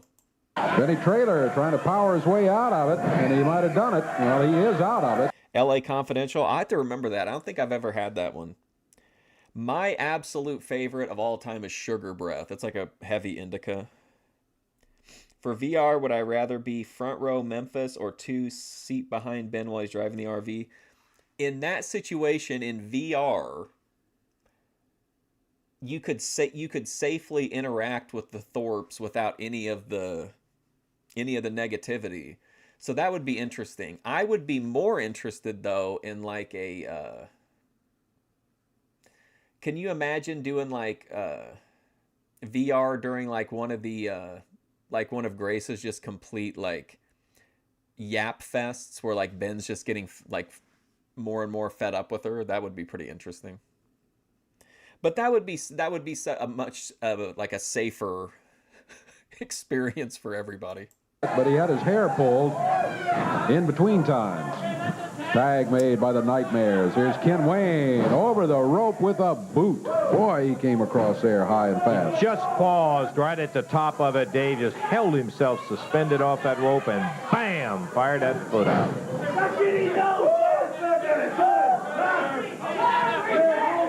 Benny Traylor back up on his feet. Not for long. Do you think, though, like when the cameras are off and like Ben and Grace are just driving, do you think that they continue to talk to each other like that? Or do you think they're like, I'm glad that stream's over, like let's kick back and relax? Like from what Ruby says, I think they probably continue to talk like that, but I'm just always kind of curious about what goes on when the cameras are off. Not in that way, Showtime 87. Ken Wayne knocked him down again. 3.5 minutes gone. 10-minute time limit match. Ken Wayne over to the corner. The Nightmares make the exchange with Danny Davis. That is true. It seems like, well, they've got green attire, so I don't know why they didn't wear the green. Trailer and Garmin. Comes back in. Benny well over in the corner of the Nightmares, a long way away from Jerry Garmin, and with a like, I get that it's good that he's selling facially, but like this doesn't look like he's putting any pressure whatsoever on him to me. Remember when John Cena would do the STFU and it never looked good because he was like flexing his muscles to make it look like there was tension, but he was never actually like, it looked like it was just super soft. That's what this looks like to me. You think they absolutely keep talking like that?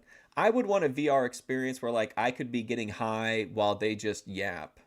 I wouldn't even want to like directly interact. Just let me be part of like the fly on the wall during like a yap session. a double pressure point hold. Danny's trying to get a submission. Traylor saying no, no, no, no. Garmin and Traylor are doggone good. Do you think Grace puts Ben through a lot of bullshit off camera? Tag team in their own right. They're no cream puffs by a long shot. As you see Benny fighting his way back, but I'm too high to think about Ben and Grace as real people. I have to keep them compartmentalized as characters when I'm at this level of... I don't want to go into existential exploration right now. Nailed from behind, right in the lower back by the other Nightmare, Ken Wayne. That stopped what might have been a tag on Jerry Garmin, who's over in the corner. Benny running to the knee. Now the Nightmares want to make a tag. They do.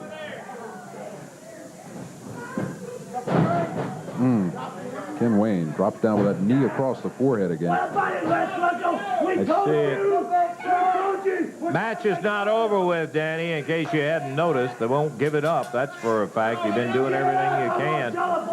Like, I have nothing against Bobby Heenan and Gorilla Monsoon. The only reason, well, I mean, I genuinely like this. I think this has been a great, 6 months of watching this, but, I don't have an issue with it. The only reason we switched over to Memphis specifically was because there were problems with copyright. WWE kept taking down if I tried to do Memphis or anything, or not Memphis, but if I tried to do Mid-South or anything that was WWE, even kind of. But yeah, I'm open to it. We watched one the other day on Twitch. They're a little more lenient. We watched an old Boston Garden House show. Who's my all-time favorite wrestler? I mean, if I'm being honest, as a mark, Hulk Hogan. When I always liked Hogan as the champ. If I had to really think about it, I really liked Coco Beware. I really liked who did I like from the Attitude? I liked Owen. I thought Bad News Brown was one of my favorites. I liked, as I got older, though, when I got to see other territories, I liked the the Hoss brawlers like Stan Hansen, Bruiser Brody, Abdullah the Butcher, like that kind of stuff. Even though it wasn't the best matches, like I just always thought the atmosphere was always really cool. You just see like Abdullah throwing chairs at fans and shit. To make them give it up. 5 minutes gone now. 5 minutes into the action. Overall time limit 10 minutes. I mean, I obviously admit everything Hogan has ever done wrong, but like if I'm really being honest, like that, when I was a kid, like that was pretty much it. Like Hogan was it. Look out. And I still to this day hate it. Anytime he ever lost, it always pissed me off. Like I'm still so bitter over WrestleMania 6, I can't even process it. Benny Traylor thrown through the ropes, down onto the floor. Ken Wayne climbing the rope. Did he really do the Ghostbuster? What? Are you bullshitting me? Jerry Garman around to help. Referee is telling Ken Wayne, get out off that top rope. Jerry Garman helps Benny Traylor back under the ropes, into the ring. Danny Davis picks him up. Suplex, drops him down. Tag made on Ken Wayne. Traylor, outstretched hand. Is he going to get the tag? No. Yeah, he did get the tag. Oh, I'm loving this Memphis. I love the storylines are definitely what's... Like, the storylines are so interesting to me. They're so believable, but they're so simple, too. But they're so effective. Like, I don't mind that some of these guys are not the best in ring because it's just kind of means to an end to move the storyline forward. Here comes Jerry Garman. Jerry's been out of the action for a long time. He kept Benny Traylor in there for several minutes. Yes. And he's still the recipient of that action. Danny Davis pounding hard. Kicks him over on the rope. Flips him across the ring. Drop kick. No, this is not the evil ref Danny Davis. This Danny Davis went on to start OVW, and then he ended up partnering with Cornette for a while when they, like, all that mid-2000s top talent came out of there, like Lesnar, Shelton Benjamin, John Cena, Rico Constantino. A lot of people. Danny puts him down. Tag. Batista. Ken Wayne. Another exchange. Jerry Garman not having any... Which it looks like we actually might be able to do at some point. We could do an OVW. Like, we could start watching years of OVW. That's definitely something I want to do. More luck than Benny Traylor did, I'm afraid. As the Nightmares are just running wild here. They're pretty much doing what they want to do. Davis hits him up in the air. Drops him down. Yeah, he did kind of a pile driver type effect there. Same effect. Ooh, and there comes Wayne off the ropes. Grabs the referee and said he's down. Count him. 1, 2. And he does. And wow. Danny Davis, Ken Wayne, the Nightmares are back with a vengeance and a victory. So the Nightmares are a returning team. Okay. I knew that they had runs in Memphis, but now I know this is not their debut. In 6 minutes, 46 seconds of action. You like Stone Cold Mike Tyson? Me too. 46 of a very impressive action. The Nightmares looking very good as they dominated a good team, and Benny Traylor and Jerry Garman. The winners, the Nightmares. Told you were great, now you can admit it. I don't know why we should have to say anything. They'll say it all about themselves. We'll take time out, and we'll be back with more action. Look at Dave Brown, lush. In a moment.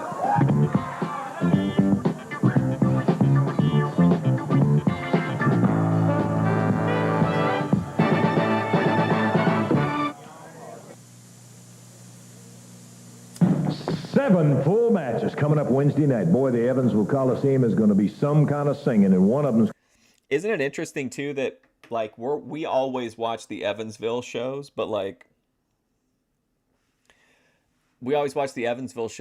there's so many other, like, towns that they had to record all these promos for. I would be so burnt out. Going to be a Mid-America title match with no time, no disqualification. The Mid-America belt with Rip Rogers is going to be in there against Dutch Mantell and his hair. Dutchman? You know, when you back a man to the wall, some strange things can happen, and I'm intending them to happen in Evansville, Indiana. Now, Rogers, no big secret, I want that belt back, but not at the expense of... I keep my mic on during the coughs as a tribute to my streaming mentor, Grace. My hair, baby, but if I lose, I'll cut every bit of it off in the middle of the ring. That's giving you an incentive to get in the ring and put that Mid-America belt on the line, baby. My name is Dirty Dutch Mantell, and Wednesday night I'm going to make good use of it. I'm going to walk Oh, man, he needs to market these jackets. I'd buy a Dutch Mantell jacket. out the Mid-America champion Wednesday night in Evansville, Indiana. Well, he'll either have that title or he's going to be bald because it's no time, no disqualification. Then you're going to be seeing a Oh, look, they got Uncle Elmer. He's like in his street clothes. Southern Tag title match, which Jerry Lawler, the giant hillbilly, will be going against the Mod Squad. JD's going to be in a straitjacket, Jerry. Good Lord, look at the size of this dude. What a monster. Good grief. Like, who do you think is bigger? Like, what do you think how does Wings of Redemption stack up against Giant Hillbilly? Like, I know he's not as tall. I think Wings is only like 6 feet tall. This dude's like almost 7 feet tall. But I wonder, like, weight-wise, how close they are. That's right, Lance, and that is a very interesting stipulation, one that I want to thank the promotion for, because it's no... You considered blading at a poker turn? Like, just in a regular poker game, you were going to get some color? That's interesting. Secret to anybody. The J.D. Costello is there, and he can come out here and run his mouth and say that he doesn't interfere and that he doesn't help the Mod Squad win their matches, but we all know that that's a pack of lies. Now, the Mod Squad have J.D. for one reason, Lance, and that's because they realize that... Yeah, Plowboy Frazier. Yeah, they call him by, like, every name here. Giant Hillbilly, Uncle Elmer, Plowboy Frazier. I just want, like, he's just such a huge dude. They are two inferior athletes, and that without his help, without his I'm just thinking, like, what would go through my mind if I was sitting, like, playing poker and somebody was like, I'll call, and then, like, just played. Like, what? They wouldn't be wearing those titles. Now, what we realize also is that Wednesday night, he is going to be completely nullified because he is going to be wrapped up in that straitjacket, unable to help them at all, brother. And this is, like I said, the stipulation. Looks like he's wearing a hospital, like a scrubs with the arms cut off. We've been waiting for, and it's what the fans have been waiting for, because they're going to realize and they're going to see that the Mod Squad cannot handle the King and the Giant Hillbilly without the help of JD. It's time for the people to see some new Southern Tag Team champions, and that's what we're going to give them Wednesday night, Lance. Yeah, this would be one of the biggest. See how JD runs with that straight jacket on, because when we get through with the Mod Squad, we're after him. Whoa, look out. It's going to be a put J.D. Costello in a straitjacket match. By 82, he couldn't move hardly. Yeah, I believe that. Yeah. Wednesday night. Of course, the Coward waves the flag match will be there. All of it Wednesday night in Evansville. I read like a little internet thing one time that was just kind of interesting that posited like if there weren't Andre the Giant, like who would have filled that spot? And like he was one of the people that was brought up, but people also brought up like John Studd and Ernie Ladd. I don't know that the Giant Hillbilly could have been like a big, top guy, but I could be wrong. Always a ring full when you have an 8-man tag team match. And boy, I tell you Wait, who's Fire and Flame? what, when you look at the folks who are in this one, we should be set for some kind of action coming up here in this expiration of time match. Referee will be Jerry. What year did he team with Randy Savage? I'm not sure, but I know that when I was looking at 85, I want to say that Savage was still in Memphis at least at some point, or it might have been 84, but I'm thinking probably one of those 2 years. It actually doesn't take a long time to get through these. I mean, we're already like 6 months into 1986 already. I think we've been doing it for a couple months. Calhoun on one side of the ring. You've got a team I'm going to need Mattel figures of Fire and Flame. These guys are great. composed of Jeff Jarrett, Tracy Oh, that one's a big boy, too. Smothers, Pat Tanaka, Tojo Yamamoto. On the other side, It's the bunch from J.D. Costello's Dynasty, the Mods. Andre against Big Show. I don't like Big Show. I'm not a Big Show fan. I think I don't know. There's something about him. He doesn't have that, like, I could buy that Andre would not have a problem, like, you know, squashing someone in the ring. I just didn't get, like, Big Show never had that, like, killer vibe to me. Squad and the new team, Fire and Flame. Boy, you talking about a side. It looks like... We did watch the David Schultz thing one time on I did a stream about Geraldo Rivera, and we watched the John Stossel clip where he gets slapped by Dr. D. It's stacked against him. Look at the size of... Luchadors? That's probably pretty generous. The Mod Squad and Fire and Flame.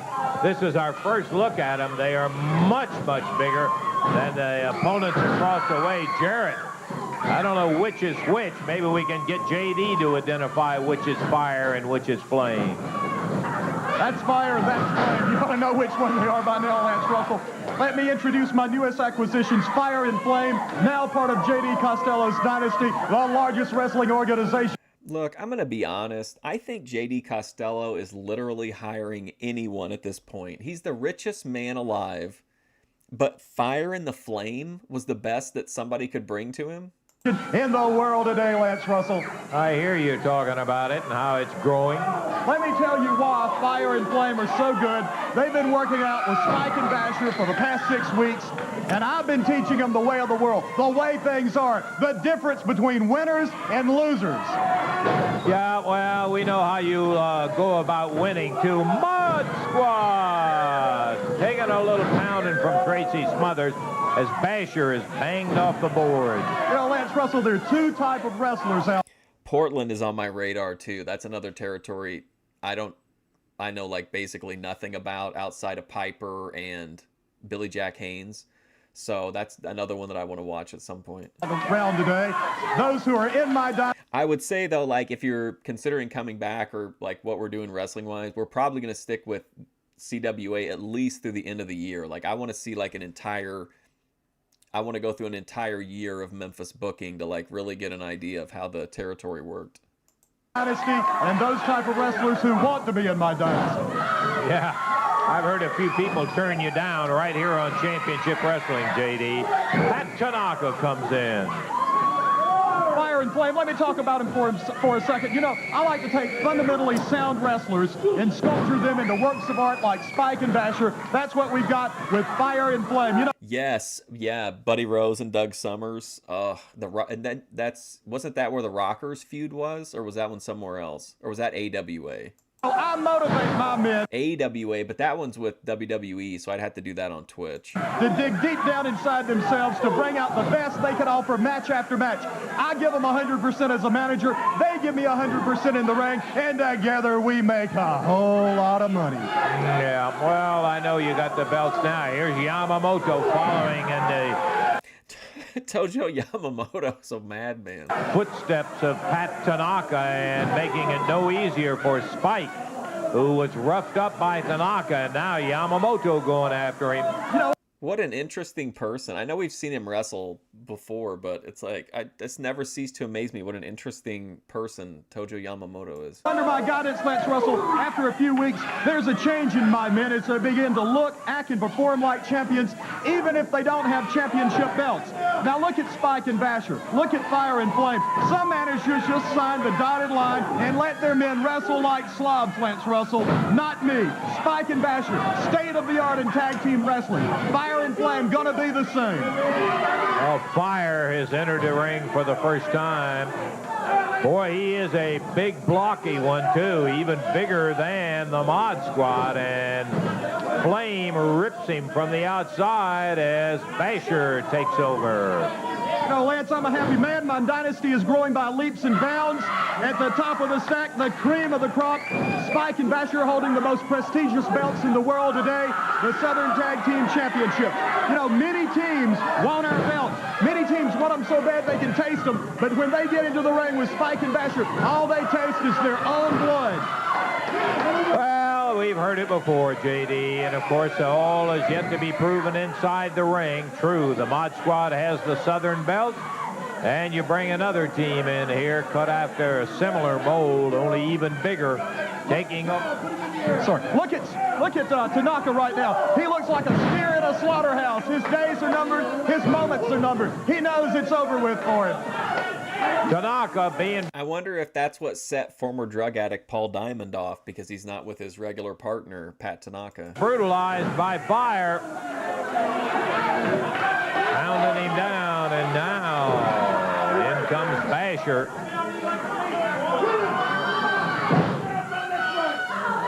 Boy, what an awesome team on this side over here. Yeah, really. Ooh, I was just looking at the size of this Fire and Flame. they're huge. Unreal. They are, the Mod Squad are big, but boy, Fire and Flame are incredibly bigger. How did he describe him? Big, blocky fellow? Pat Tanaka taking quite a shellacking in there right now as Fire comes through the rope. And this Tanaka is a fine young wrestler. But he is now coming back, makes the tag, and who is it? Tracy Smothers. Oh, wow. Tracy made a tactical error there. He went after a man who was outside. Everybody in the ring now. Oh, boy, here we go. Yamamoto Shout out Tracy Smothers, one of the all-timers. jumped outside. One of Fire oh, right on Tracy. That Wow. Fire was thrown. Now that's the kind of thing, JD, that is going to get you thrown out of wrestling. We're going to be selling some sure. Oh, what a shock. What a shock. Eddie Marlin, the matchmaker, brings in these guys who are called Fire and the Flame, and you're going to get upset when they start a fire in the ring? I mean, come on. Rolls Tracy Smothers burgers after the match, Lance Russell. Very funny. Take your men and get on out of here. Tracy Smothers caught the brunt of that fire as he cut loose with it. whoa. Time on it was 4 minutes, 43 seconds. Fire and Flame. It was Flame that threw the fire and hit Tracy Smothers as Fire, the wrestler Fire, was holding him up. Let's take a look at it, Dave. We got a replay right. on this son of a gun. I'd like to see exactly again. Now See him look at holding here. Tracy right there. And there he threw the fire right under his chin. Got him right on the top part of the chest. He made no effort whatsoever to mask what he was doing. He didn't try to do like a mystical, you know, or whatever. He just stood there, lit the flash paper, and threw it in his fucking face. Got his back as he rolled over I love pro wrestling. on it. No place for it. No place for it. We're going to take time out. We're going to be back with more Championship Wrestling after we check the time.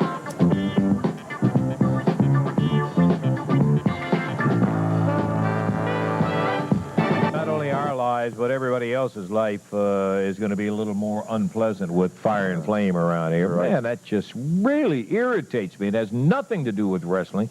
J.D. Costello's interested in one thing, and that's the money. If it involves Yes, that's true. maiming people, anything Memphis big fire territory. to make his people look big and better than anybody else, it doesn't do that in my eyes. But, boy, I'll tell you, poor Tracy really caught it right there, Dave. Yeah, well, and it ends up Fire and Flame and the Mod Squad get the victory in that 8-man tag team match because the referee did not see the fire, and he counted out Tracy Smothers. Nightmares returned to Championship Wrestling today with an impressive victory. Bill Dundee, Rip Rogers won their match. Joe LeDuc beat 2 men today. Giant Hillbilly, Diesel Dan. That Joe LeDuc match, oh man, even if the other 6 months we've watched would have been shit, it would have been worth it just for that Joe LeDuc match. But I mean, everything, I've been impressed by the entire run, but that match was incredible. He looked good as the Hillbillies partners. They got a win, and the Beach Boys defeated the Memphis Vice on disqualification. Disqualification. Son of a gun, it was a busy day, but by golly, we got another one next week, and I'm looking forward to it until Big episode for people who like Son of a Gun. I think we got at least 3 of them. that time. But Dave Brown, Lance Russell. What an episode.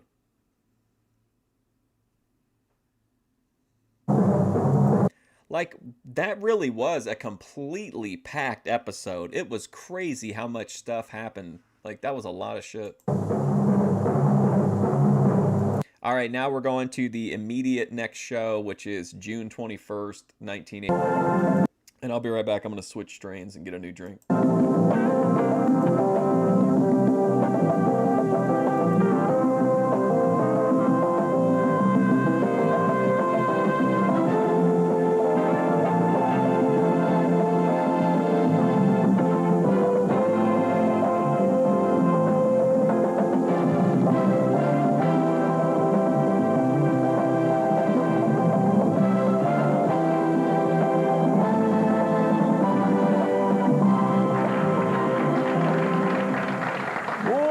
Groove. Hello again, everybody. Lance Russell and Dave Brown right along ringside and son of a gun. We are ready. What a host of names, huh? Boy, I tell you what, we've got Joe LeDuc in here for the main event today, but before we get to that, we have the teams of the Nightmares and the Beach Boys going against each other. We'll have Buddy Landel, Dutch Mantell teamed up today as a tag team. We'll have the Mod Squad teamed with Fire and Flame. Can you imagine the size? Over 1,000 pounds in an 8-man tag team match on the same side of the ring. Lawler teamed with a giant hillbilly. Paul Diamond will be here. Much more today.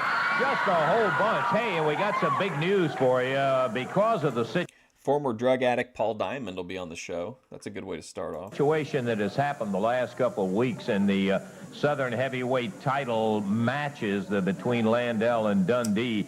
It has been declared by mutual agreement between the AWA and Eddie Marlin, the promoter, that there cannot be a match that is going to be.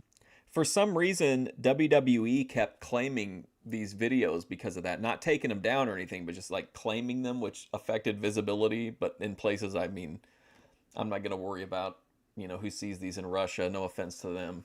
I'm not going to edit like 10 minutes out of a video for that. But then all of a sudden, they just stopped doing it. Be without some kind of outside interference. They have declared the belt open. The belts were already held up. The belts have been declared open, and there will be a one-night tournament to establish the Southern Heavyweight crown. A very, very important. Yes, one-night tournaments. Love it. Important crown indeed, and we'll have more about that later on. Right now, we better take time out. We got a bunch to get in. We'll be back in a moment. Bill Dundee, he was like one of the top heels here. I think he would sometimes be a baby face, maybe. I don't know a lot about how he was booked other than he was booked like at the top. Like if he wasn't at the top, then like Lawler was at the top. He was like the big foil to Jerry Lawler in the territory. Australian Elvis impersonator.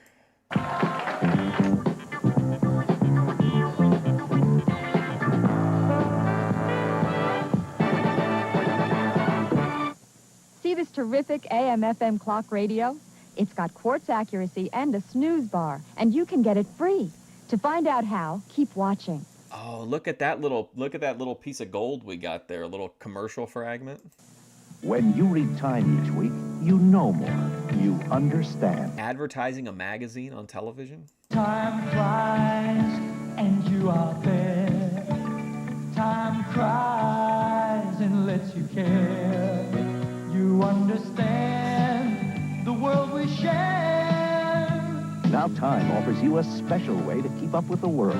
Order Time right now, and you'll get this terrific AM/FM clock radio free with your paid subscription. Yes, time brings you closer to living. Time puts events in sharp review. Time brings it all right home to you. Each week, Time takes you beyond the news to show you how fascinating the world really is.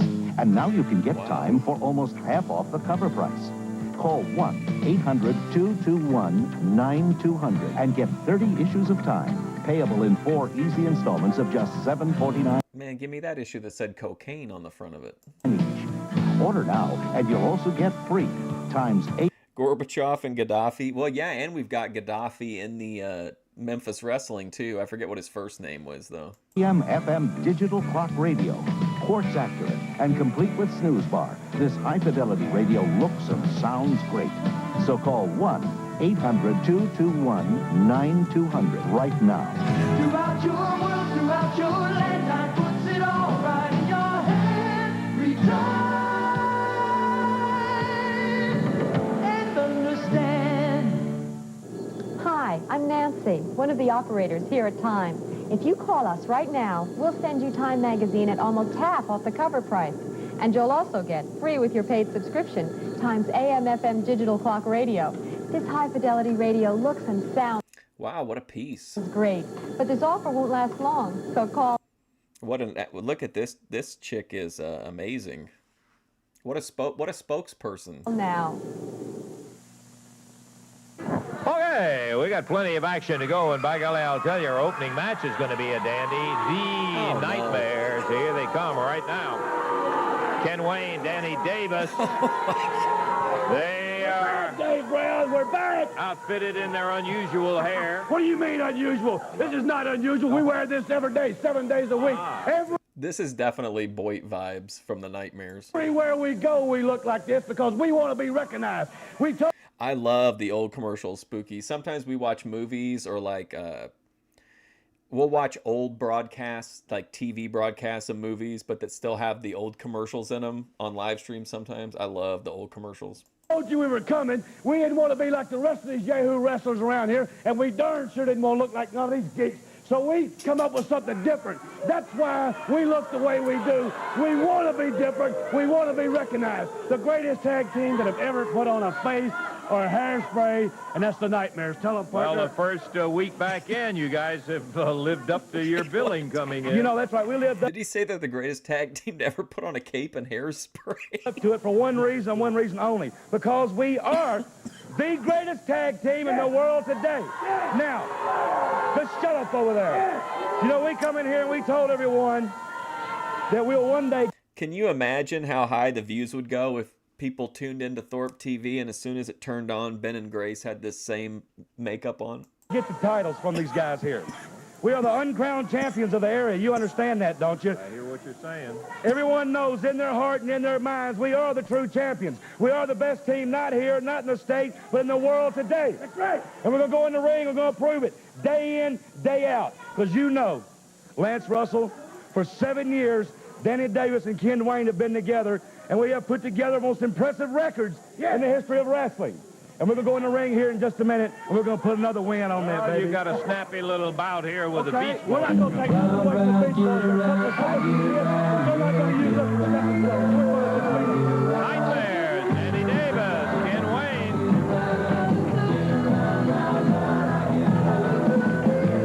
We've never argued about their wrestling ability, only about their attitude and some of the things that they do. And they're ready to do some more of that against the young team of the Beach Boys, Dave. Yeah, we saw them greeting the fans over there, the Beach Boys, John Stewart and Van Horn. They're in the ring right now. They're wrestling out of California. The Nightmares wrestling out of wherever they want to, I guess. Nightmares total weight 420.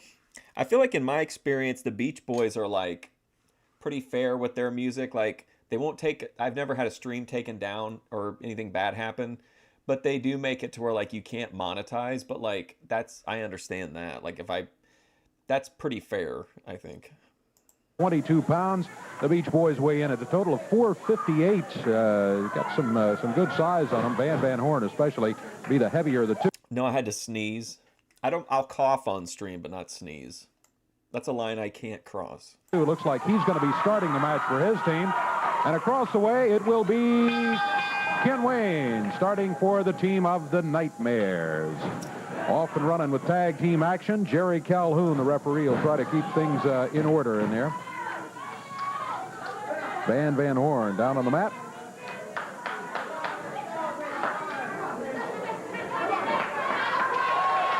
Van Horn. Speaking of taking belts places, did anybody else hear Jim Cornette talk about Travis Scott on Monday Night Raw? And he was like super pissed off about it because he had like had a mark belt over his shoulder and he was smoking a joint. But it's funny because like the joint he thought was unprofessional, but he wasn't like mad about it. But he was mad that they had him carry a mark belt, or that he wanted to carry a mark belt. Horn gets the headlock on Ken Wayne, and the Nightmare finds himself in a bit of trouble here early in the match.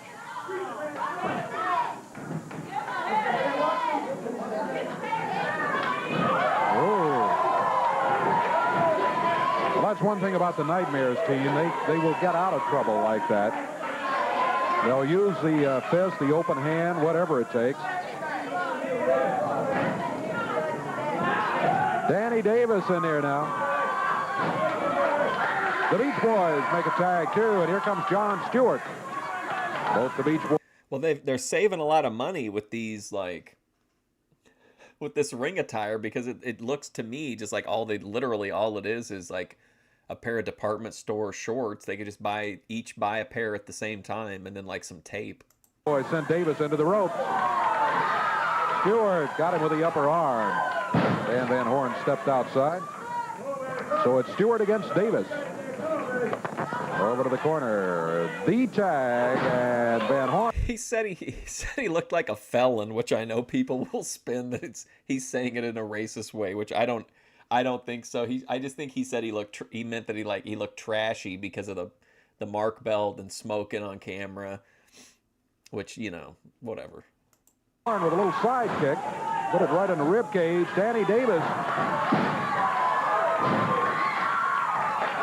Again, though, the victim of a good move by the Beach Boys.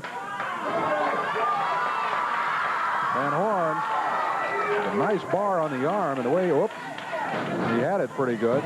Davis took him back to the ropes. And look out, Ken Wayne from outside on the apron. Got him with a knee in the small of the back. Danny Davis grabbed him immediately as he fell into the ring. Now he's got him up in the air, the body slam. Davis makes the tag, and here is Ken Wayne in officially now. You know, Dave, I wonder often in listening to guys. Doesn't this almost seem like something AI would come up with? Like, it's a team called the Nightmares, but they're in these bold, bright colors with this wild-ass face paint. And then there's, like, this other tag team, the Beach Twins, that, like, look exactly the same.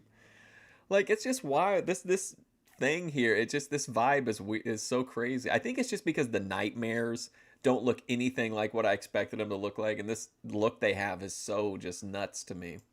But then they're taking on the Beach Twins, and it's like the Beach Twins versus these weird interdimensional portal beings or whatever they're supposed to be. The greatest team. They also kind of look like 90s jesters, I guess. Team in the tag team in the country by their own admission. Why they have to resort to doing stuff like that. But boy, they will do it time after time. They do take the shortcuts. Davis feeling the right hand. Van Horn over to the corner and makes the tag on John Stewart. Well, they're sure not going against the pushover team here, let me tell you, in this Beach Boy team. The Nightmares found themselves a match. Stewart off the rope. Look out, Ken Wayne trips him from outside. Danny Davis now picks him up. There's a body slam. The referee trying to get Van Horn back outside. Meanwhile, Ken Wayne came flying through the air. There's the cover. He came off the top rope. Count is a 2, 3. That was pretty decent, I think. That was a decent little tag match. It did what needed to be done. It got them some heat. Doesn't make the Beach Twins look bad because they got fucked on the deal. Davis was holding Van Horn out of the action across the way. It's double team all the way, but the victory goes to Glocks and Grippers. That's I like that name. Now, this is how I remember wrestling. Yes. I don't remember it like this because I didn't get this in my area, but like I love like the vibe of this, especially the studio wrestling. Ken Wayne, Danny Davis, the Nightmares. Here's what. I'll be honest with you. I don't know what he did. It looked like I thought he did a flying headbutt. What happened? As Ken Wayne was up on, you see him on that top rope, and he comes flying halfway across the ring.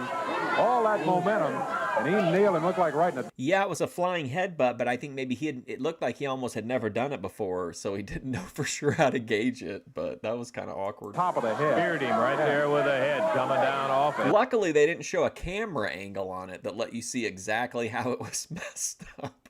And he really put him out. 1, 2, 3, and that was all he wrote. As far as the Beach Boys, the rough and tough Nightmares win a nothing, another one. Rest in peace, Beach Twins. I was looking over here, looking at, speaking of rough and tough, I was watching Bill Dundee come in, and here he is today. Oh, no. You ain't getting away with this. Now, let me tell all you rednecks something out there. Let me tell you, and I want you to listen good. Because this week in the wrestling business, the biggest conspiracy wrestling unit went down. The wrestling office of this territory is in Cumberland Hills, Tennessee, in a great big mansion, in a great big office. They got a big marble top desk. They got seats down one side. They got seats down the other side. And that wimp, Jerry Jarrett, sits in a great big seat up the back of it. And all these stooges sit down the side, Daddy. And let me tell you who they were this week. Buddy Landel, Jerry Lawler, Eddie Marlin, Dutch Mantell. Every idiot in the wrestling business is up there. And they're all saying, we can't beat him, Jerry. We can't beat him. And Eddie Marlin, he's just sitting there nodding off, pop off to sleep. Somebody'd wake him up and say, wake up, old man. He said, well, I don't know what we're going to do, King. He's got the belt. We don't know what we're going to do.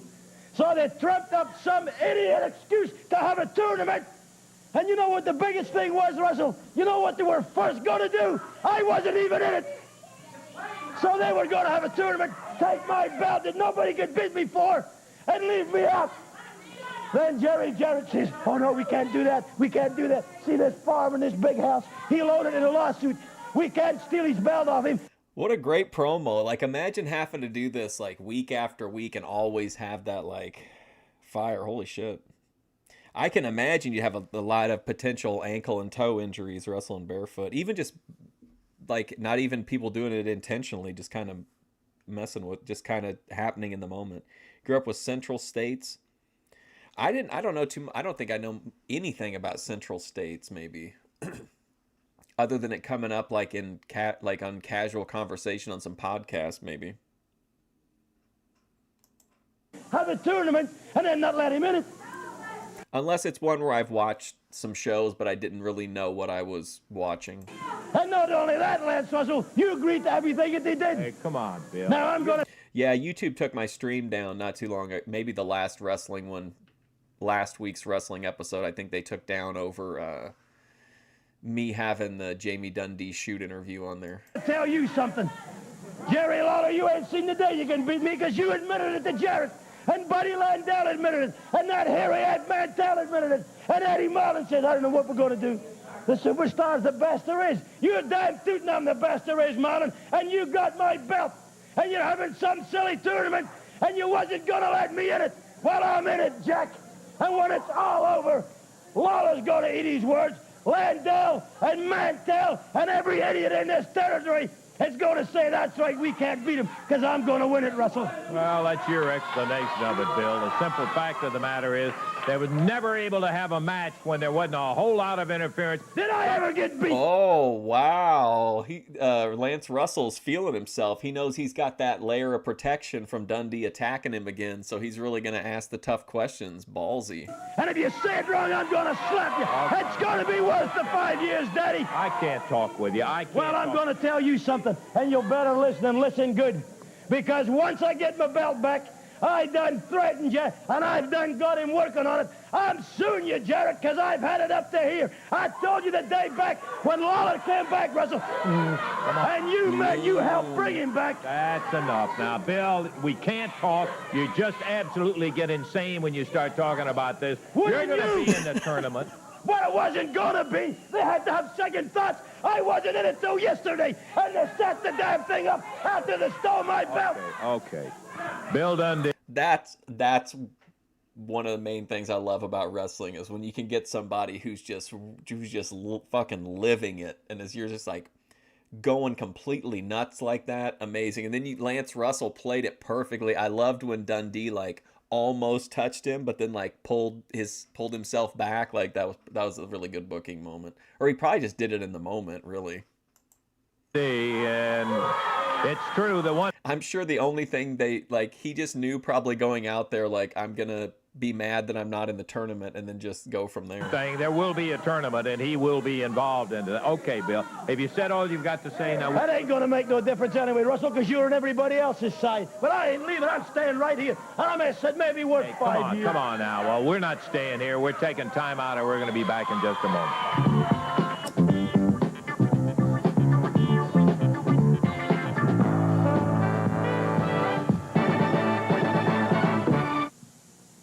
Shameful. Action Wednesday night, brother. I just can't tell you how much action, but I'm going to try. 10 bouts.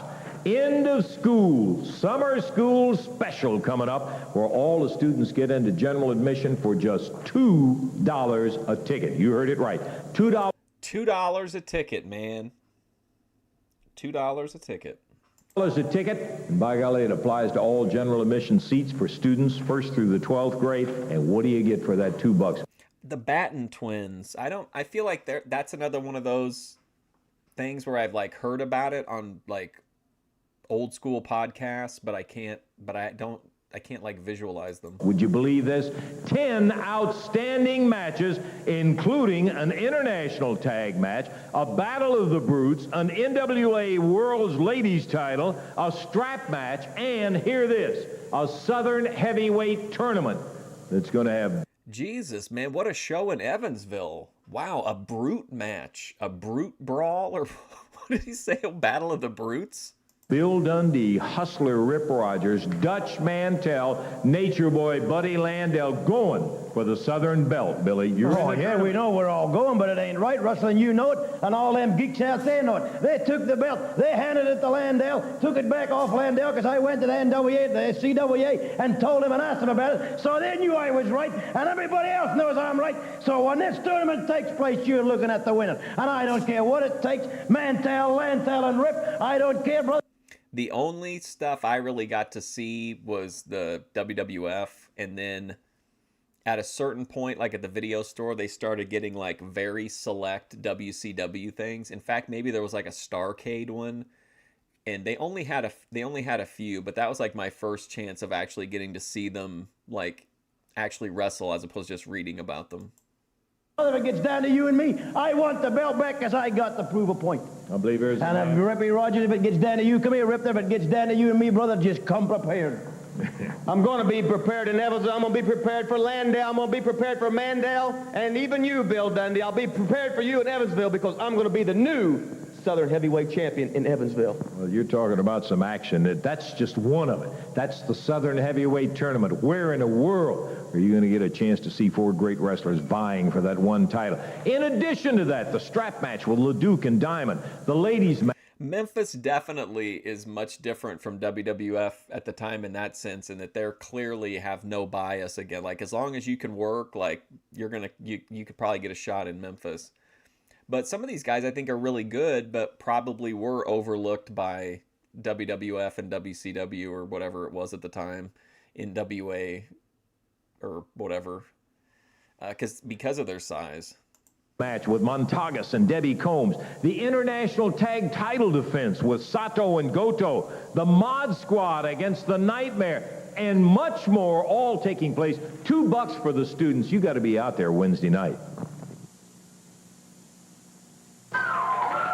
All right, we're ready to go here with tag team action. Keith Eric teamed with the Inferno on one side of the ring. He's got on his Billy Jack Haynes attire again. And across the way, it's the Nature Boy, Buddy Landel, and his partner from Oil Trough, Texas, Dutch Mantell. Should be one kind of a powerful tag team over there. Here we go, Landel starting against the Inferno. And I'm not revealing any deep, dark secret. Mantell and Landel are not the greatest of friends, but Landel and Mantell are both professionals, and they end up on the same side of the ring here as partners, and I sure wouldn't want to be one of the guys facing them. Look at that, Landel go. Feels him out of there with a big hip toss and takes it over to the Mantell, tags him, and here he comes. Mantell, boot to the midsection. The Inferno finds himself flying into the ropes and feels the upper arm as he came off of there. Dutch Mantell grabs him over to the corner, and again he makes the tag. This is Landel. Boy, I tell you, these two guys, both rugged. Georgia Championship Wrestling is really fun to watch. I've watched quite a bit of it, but I haven't seen all of it. But I'm pretty sure wasn't that the one that was kind of in the... I think Mid-Atlantic was in the studio too, but it was kind of a different vibe than Georgia, I think. But I love all of the like studio show shit. I think that's like to me, that's like the vibe I want out of pro wrestling. Good wrestlers. Good drop kick by Landel. Put the Inferno down to the mat. They're tagging out quickly. They've got some good teamwork going over there right now. The Inferno, victim of the knee drop. He half fell and half bounced into the corner. Dave Brown actually coming around here. He's got a good one. He's got a catchphrase going. He's saying that people are victims of the moves. And I think as a Thorpe TV viewer, that's amazing cross-branding. So good on Dave Brown for having that in mind all the way back in '86. Victim of a knee drop. Corner. It resulted in Keith Eric getting a tag, and that really... Yeah, this is Memphis as it was originally broadcast in Evansville, Indiana. Is all he cared about was getting out of there. And I can't say that I blame him. Keith Eric down on the mat now. Dutch Mantell snapped him down, barred the arm. Keith trying to get under the ropes. He does.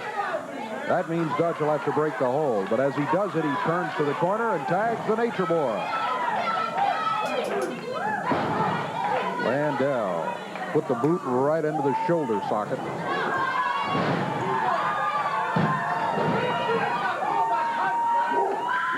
Eric complained about pulling his tights. He got him in a fireman's carry throw and flipped him over and barred the arm immediately.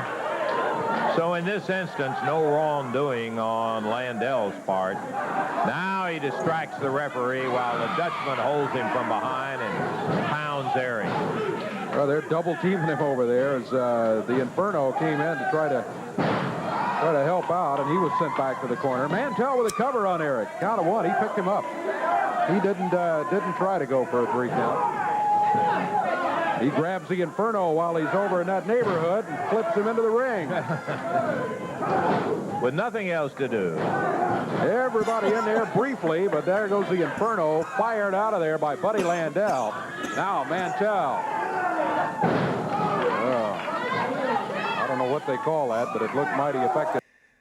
Like the just complete disregard they show sometimes when they're throwing these job guys to the outside of the ring is just so brutal.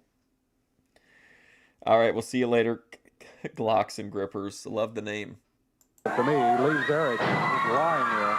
Landel drops down. There's a count of 1, 2, 3. Gives Dutch Mantell an assist as he kept the Inferno from getting back in there. 2 minutes, 46 seconds. Mantell and Landel are going to be the winners. Without a major challenge, they are the winners. We've got more. We'll be back to it in a moment. I still can't believe the people of Evansville got that card that he was talking about for $2, man. What a show that would have been. 10 matches, a title tournament, a one-night title tournament, plus Battle of the Brutes for $2.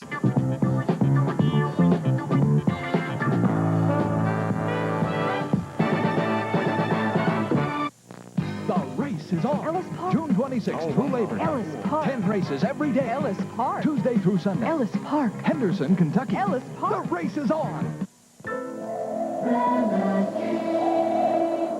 Smokeless in a pouch is a good idea, but the taste can be dry as a West Texas wind. Not new Renegades. They're packed with darker, richer, moister tobacco. And there's a lot more than these. How long has it been since you could advertise tobacco on TV? I don't think you can anymore, can you? So all you taste is moist, satisfying tobacco. Not the pouch. Bigger, moister. With a taste that blows the others away.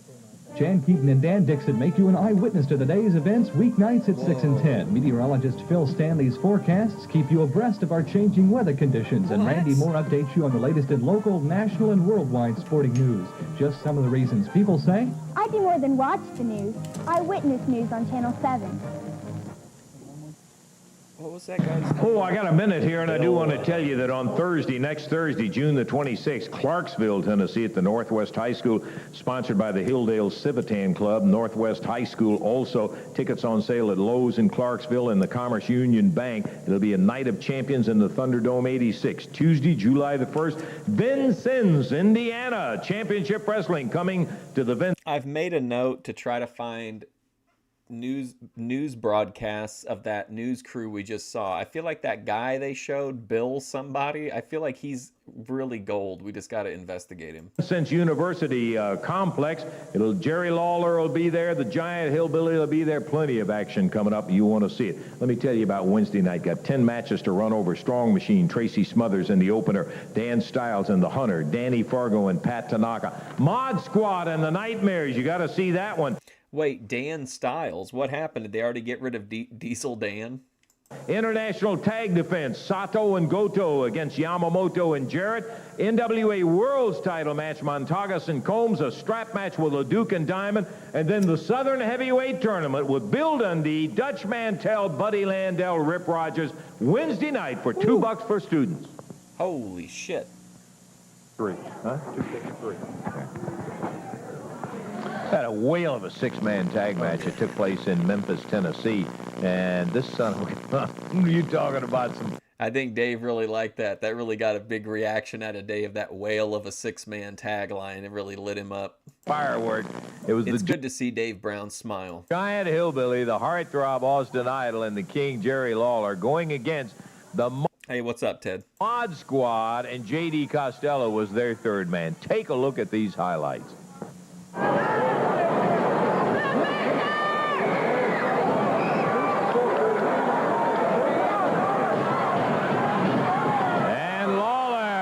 Catches Basher by the foot, sweeps his other leg out of the way, and drops with that. I feel like I like all of them, and I feel like they all work where they were at, but I think you can't just, not all of them can be swapped out, but there are some people that are just, like, meant to be in that, you know what I mean? Like, in that territory, and maybe wouldn't have worked nationally, but they were, like, amazing in that territory. I feel like Lance is the ideal person for, like, Memphis-style wrestling. Right hand. Jerry wheeled into the rope. Nail coming off. And that spike is a whirlwind. Body slams the King. Drops with a leg. Hang on, Basher. Now, this was footage from, like, the actual, like, real arena matches that the TV shows are like building up to. If they get him hurt bad enough, they'll turn him over to J.D. Costello, with Lawler hanging over the ropes, is choking Jerry. While the referee now comes over and says, back up. He promised he was going to hurt Jerry Lawler. He told him not to cross him, and it looks like he's living up to it. Basher being squashed by the Hillbilly. That could put you on a stretcher, to say the least.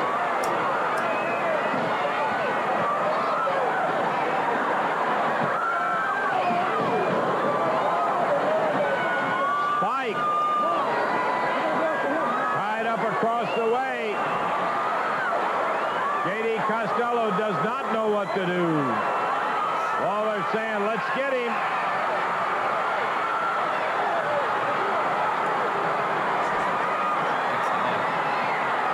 Cutting off his avenues of escape. Idol from one side, Lawler from the other. Like, I think watching Memphis has proved one thing to me, that you can end a lot of shows in just complete shit show fashion, as long as, like, your shit show is entertaining to watch. Like, but you sometimes when you send a bunch of people down, like, there is stuff in it that doesn't make sense, but I do think you could use it pretty regularly. A lot of these, like, of my favorite moments that we've seen are like these big, colossal, like, clusterfucks that end up happening. Like, they're just super entertaining to watch. And J.D. is caught, thrown into the ring to the Hillbilly. Oh no! Oh no! Drops down with a big leg. The Mod Squad. Oh, J.D. Costello, no! Being tied up in the rope.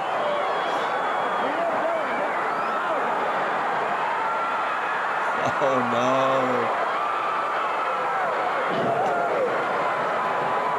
Pile driver from Lawler. Wow.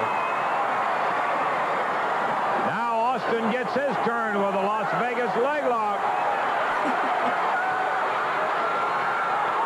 That's Jedi Rich's finishing hold, the Las Vegas leg lock. He wraps it up. And there it is. A leg breaker.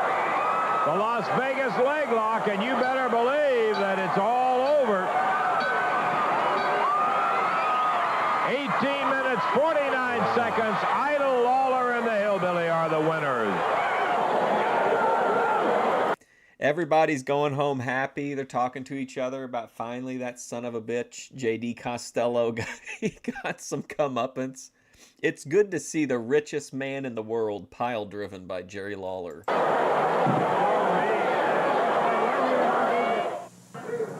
Mid-South Coliseum, what a legendary... That just sounds amazing. Boy, they carted. Like, you just, even if you didn't know anything else, like, you know that cool shit happened at the Mid-South Coliseum. Just the name alone. Came out of there, too. That was a 6-man tag match that took place in Memphis, Tennessee. And J.D. That's how she taps out troublesome clients with the Las Vegas leg lock. Well, here he comes right now. He's not looking in the best of shape, I would say that. Oh my gosh, look at this outfit. Holy shit. Even when he's injured, he's thinking optics. Lance Russell, this is war. I want everybody at home and in the studio to look at what Jerry Lawler, the giant hillbilly and Austin Idol, did to me. You know, I came to the ring to manage. Spike and Basher came to wrestle professionally. But it's very clear to me, to you, and to all the intelligent fans that... I absolutely love this. He's been such a dickhead and done all this awful stuff, and now he got beat up, and he's like, now look, I just wanted to come here and manage a tag team and be in some wrestling matches, and y'all took it too far. Jerry Lawler, Austin Idol, and the giant hillbilly had something else in mind. All they wanted to do was to tie Spike and Basher into the ropes and to get to me, to hurt me, to cripple me, to put me out of professional wrestling forever. Well, the joke's on you, because I'm still here today. I'm still manager of the Southern Tag Team Champions. One more thing. I know you've got to have a sick feeling deep inside your gut because you didn't get to me. It's going to take a whole lot more to get rid of me. Give me... J.D. Costello stocks, to me, are going through the roof, man. This guy's just getting better and better. He's more fun to watch. And sometimes he carries some episodes. They bring him out there multiple times. That microphone, Lance Russell. Move out of the way.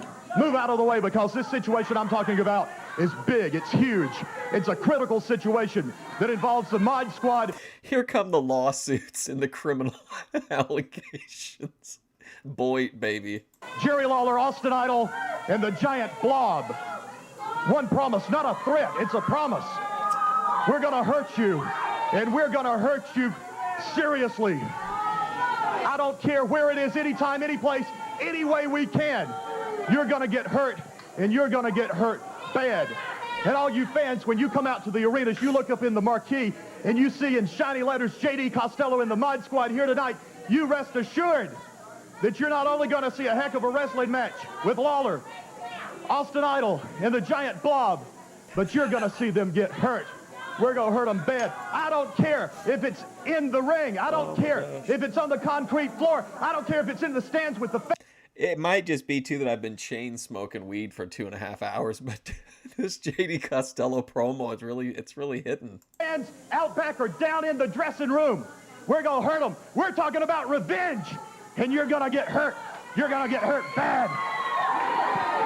Jerry Lawler, Austin Idol, Giant Hillbilly, you're going to pay, because nobody does this to J.D. Costello and gets away with it. Y'all three are going to pay dearly.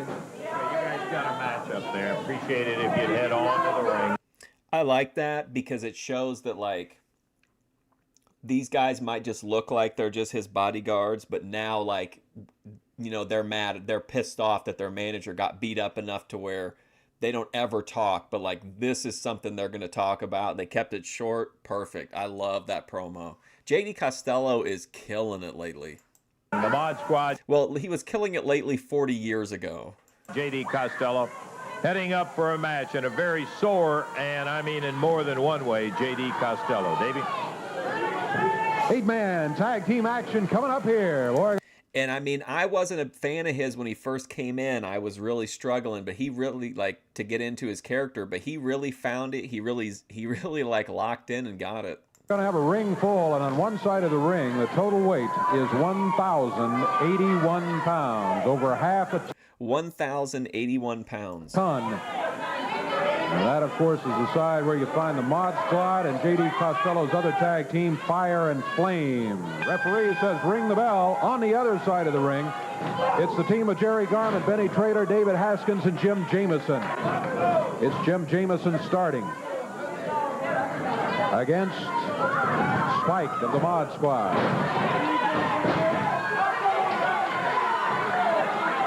Jamison, body slam. Ooh. Boy, look at his side. I'm glad to see Fire and the Flame are back. I was kind of hoping they would team up with the Inferno. Size of that Fire and Flame.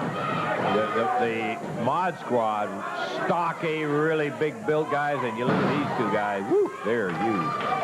Big, big, big. And in the ring now, Basher takes over. You know, Lawler, the Hillbilly and Idol, they tried to cripple me, Lance Russell. Well, am I in the hospital today? Answer the question. Oh, but you're not in the best shape in the world. Am I here on TV? You're on TV. Am I still the manager of the best tag team in existence You're today? manager of the Mod Squad, yes. Yes, to the dismay of all of you.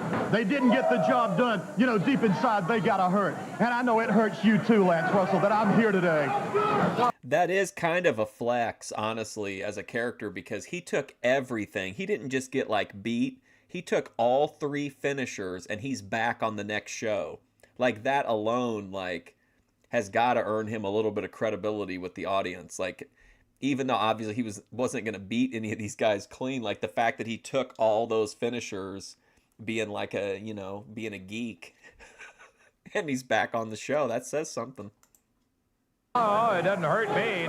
It's honestly too, it's kind of even in beating him, it's a pretty big rub, right? Because these 3 big name guys are all like, you know, letting this nerdy guy take their finisher but not be dead or hospitalized or whatever.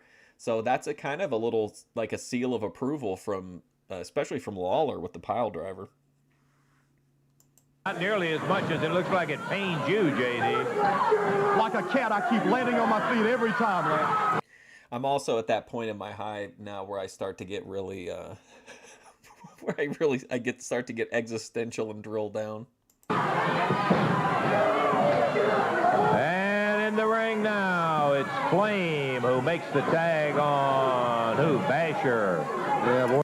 Oh, wow, you saw wrestling at the Coliseum in person? That's amazing. You still got their tapes? Ugh.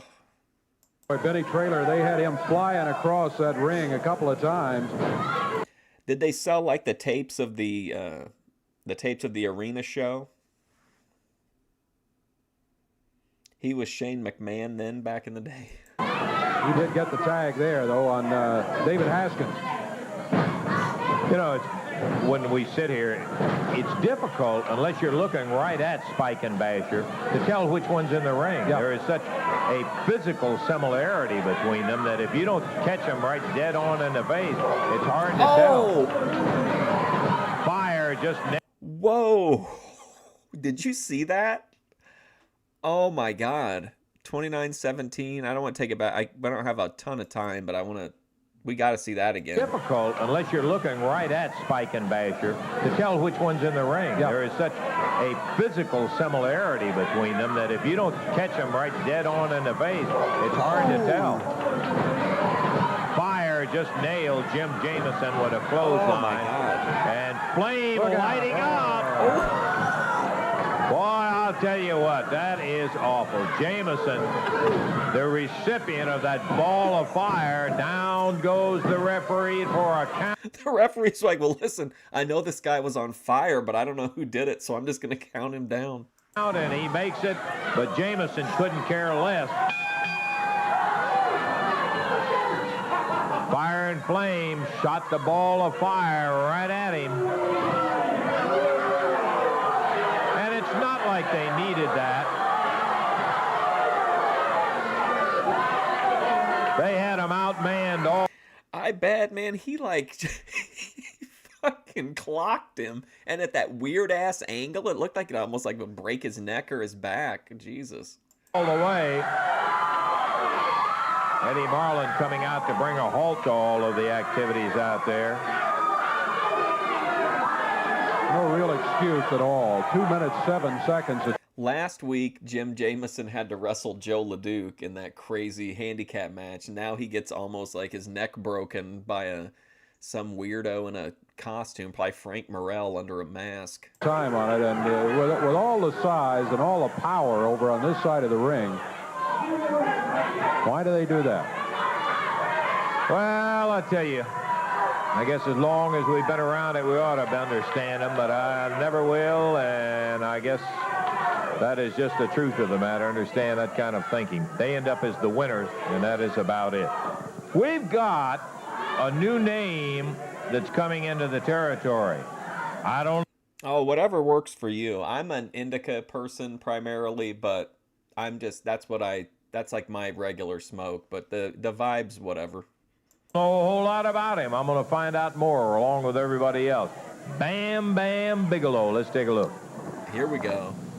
That's right. It's Larry Sharp. So don't sit there with them stupid...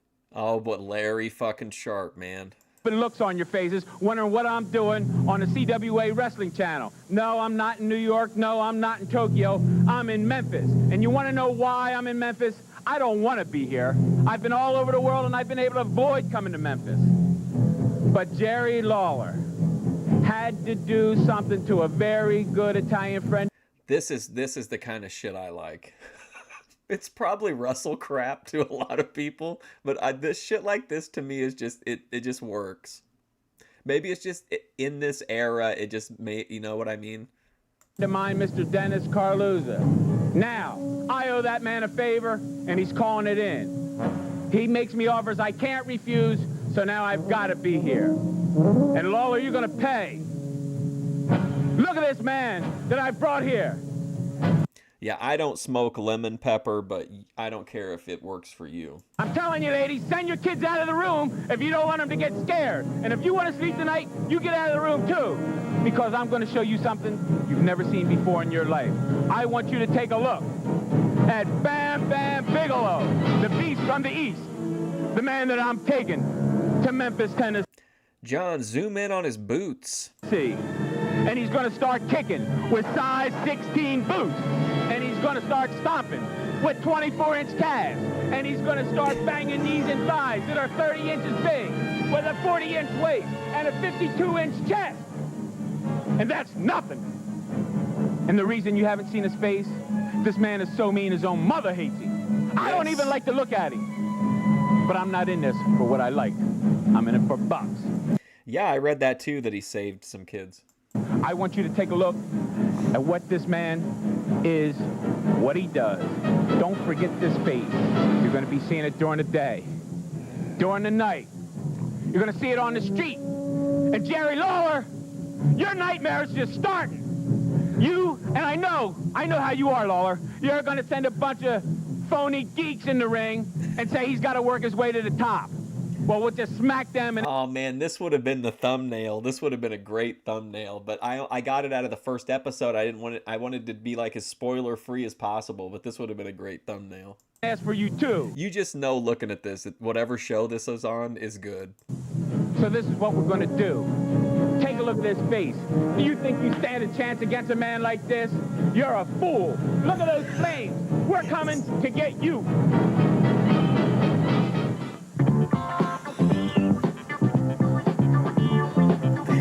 Oh my God, great interview, amazing. And then on top of that, they come immediately back to just someone having their face burnt.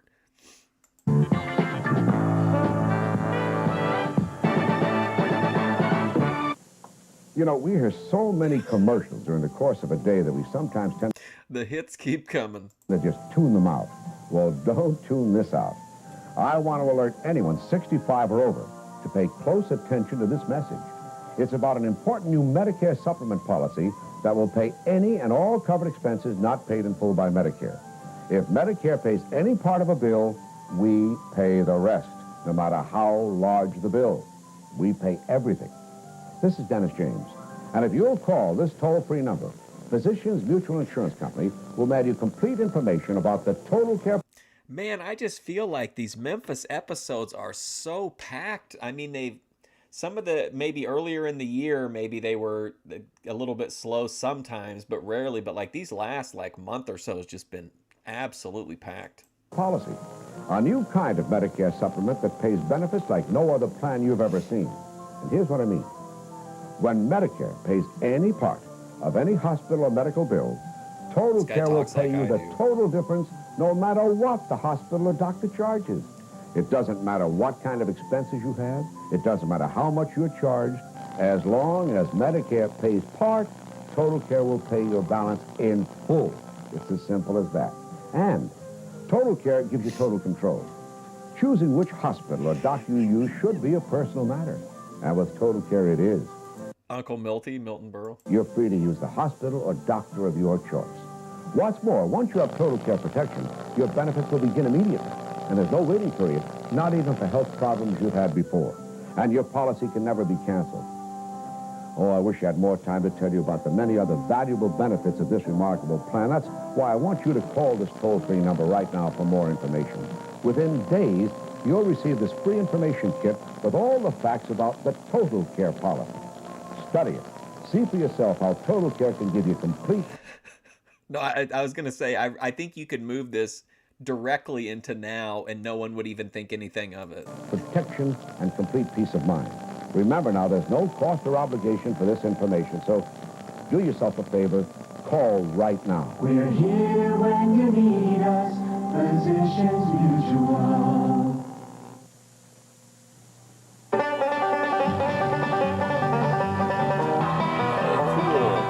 Strong machine, one word, love it. With the music, the giant Hillbilly climbs through the rope, reaching for one of his opponents in this tag team match, the Strong Machine. Hey, wait a minute. Strong Machine doesn't look so strong to me. Strong Machine paired with Libyan Abdul Gaddafi. Giant Hillbilly, of course, with the king, Jerry Lawler. Tag team match coming up here, 1 fall, 10-minute time limit. What the hell is this guy? Lawler starts against the Strong Machine. Jerry is saying something to the referee about the mask. I don't know if he told him he was going to try to take the mask off or what the situation was. I don't know either, Dave, but he certainly is making the issue of something. This has got to be some kind of a rib. Strong Machine. We've seen him before. He's giving away weight to the king. He's giving away, everybody gives away weight to Giant Hillbilly. Lawler. Lawler's going after that mask. Strong Machine heads for the corner and gets the tag on big Abdul Gaddafi.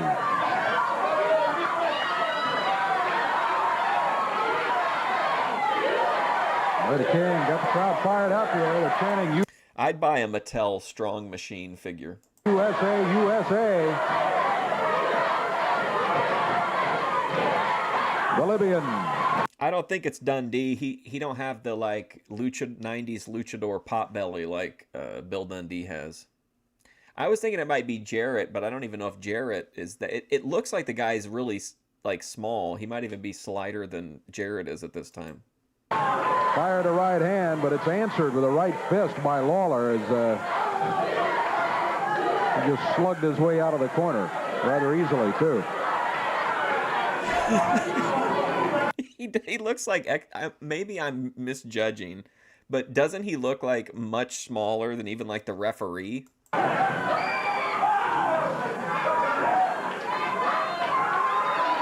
Lawler, body slam by Gaddafi.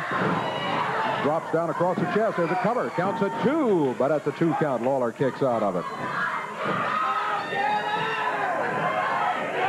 Gaddafi driving Lawler back into the rope using the shoulder.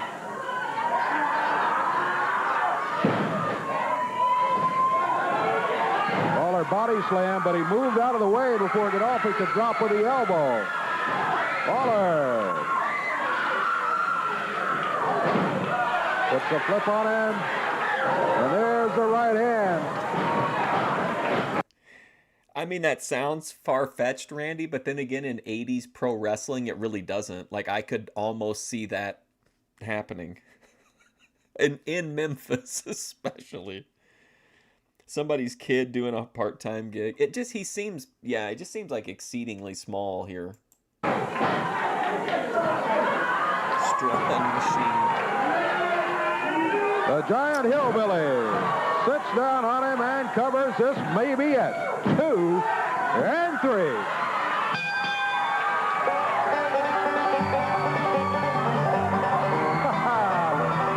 It's celebration time. I got to admit, I like these two as a tag team. I feel like Lawler carries it, and then we only see Hillbilly when like he's doing the like 1 or 2 things that he's good at. So I feel like they're really protecting him, like keeping him over really well. Time for the giant hillbilly and the king as they put it together here and get the victory. Look out, what a strong machine. I think the studio shows were free. I think. Hillbilly knocked him down too. Time on it, 2 minutes, 9 seconds. And some little dancing here. Lord, ball back into the ring.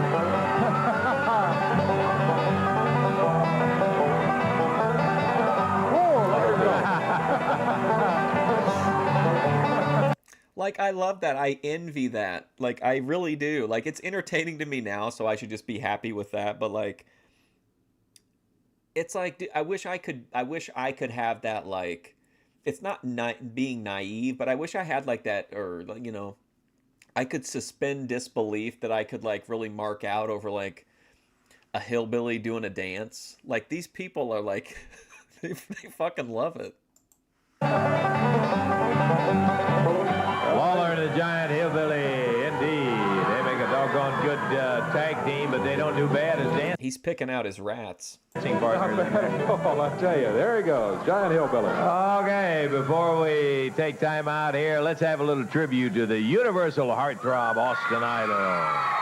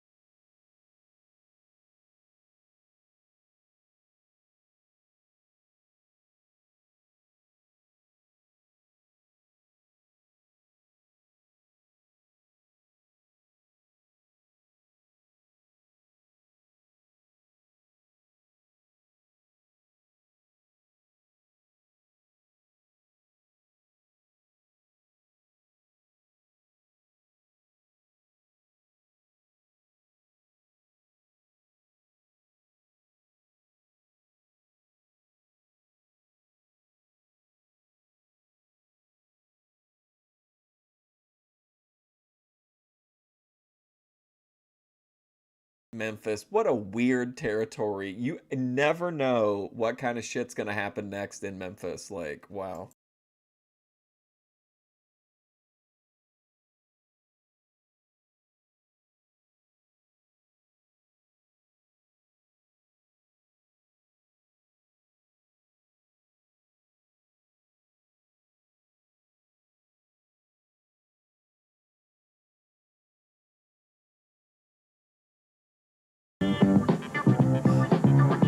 Hey, at the end of the video, make sure you get after just focusing on my body for 2.5 minutes. In the last 10 seconds, can you show me talking to a woman so we get the message of the video across clearly?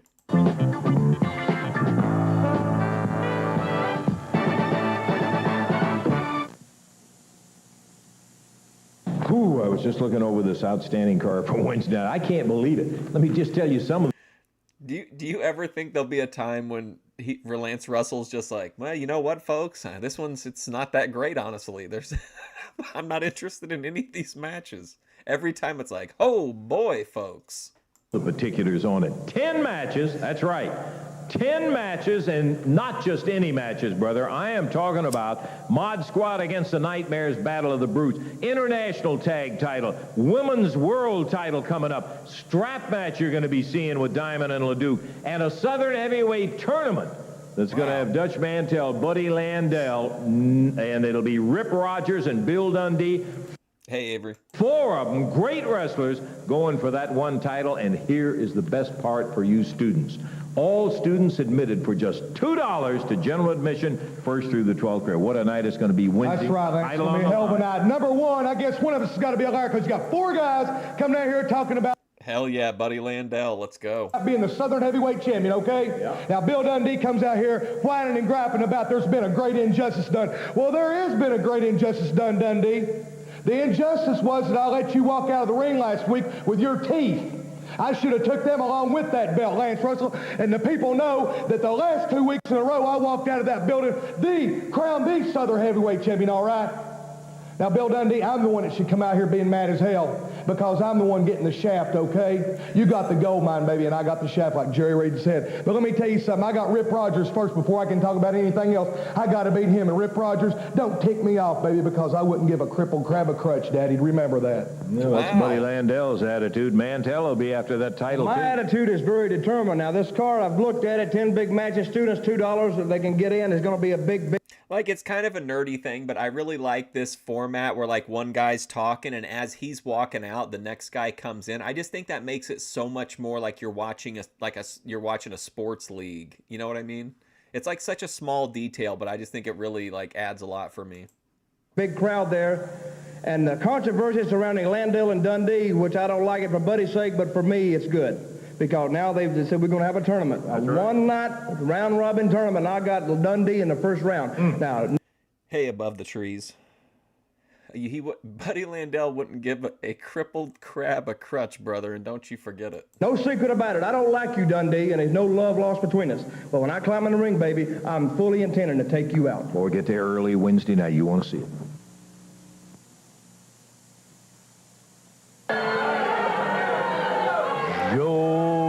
Oh boy. Oh, here we go. Joe LeDuc in a handicap match. Let's go. Handicap match for Joe today is he will be going against... I don't have time to rewind anymore, so we gotta really zone in on this. Henry Rutledge and Mike Murphy, and nope, change. Going to be going against David Johnson. David Johnson and Mike Murphy. Okay, Dave. All right, this is going to be a one-fall, 10-minute time limit match. Handicap rules in effect. David Johnson and Mike Murphy. Except now, last time we had a handicap match, there's Big Joe LeDuc. Boy, from Montreal at 286 pounds. Jeez. And... That strap he's got there is one that's used in a strap match where you put somebody on each end of it, you know. Joe brought it out here with him. Well, it is going to be both of them in there at the same time. That's the way Joe likes it in these handicap matches. Normally, under handicap rules, you go against one at a time, but not Joe. Has them both in there at the same time. David Johnson fired into the ropes. Mike Murphy back on his feet, only to be chopped down again. Look at Johnson throwing the fist, no effect.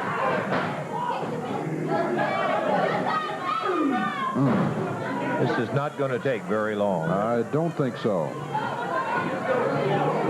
LeDuc snaps him up and over and down. He has grabbed Rutledge by the throat. Kicks David Johnson in the ribs. Boy, I'll tell you what. He is murdering these two young guys. LeDuc slanting Johnson's head into that turnbuckle. Knee lift. Mike Murphy gets the knee lift, too.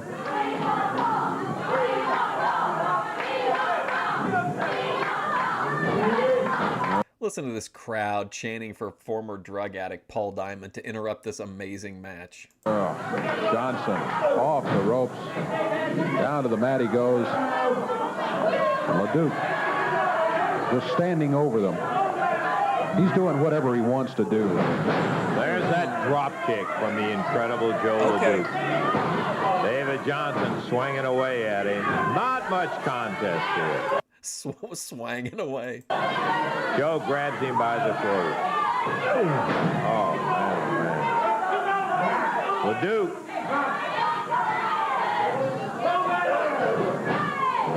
Has them both down. 1, 2, 3. Took care of them in one. Most important lesson of Memphis wrestling: if you're on the card against Joe LeDuc, retire. Pin, Joe. Dave. Minute 50 seconds was the time on it, and LeDuc pins both of them at the same time to take the win in this handicap match. The winner in a minute 50 seconds, Joe LeDuc. Henry Rutledge, David Johnson will go away and return another day. But dude, this crowd is always hot for everything. I think that's one thing that really makes the difference is just how they just buy into everything. They hope not against Joe LeDuc, as Joe really murdered those two guys in that handicap match. And the handicap was on the side of the Johnson and Rutledge in there. You don't know what murder is. It's Russell. Paul Diamond. I want to tell you something, Russell. Why don't you let everybody in Monday night? They're all freeloaders anyway. Paul Diamond, you know something, boy?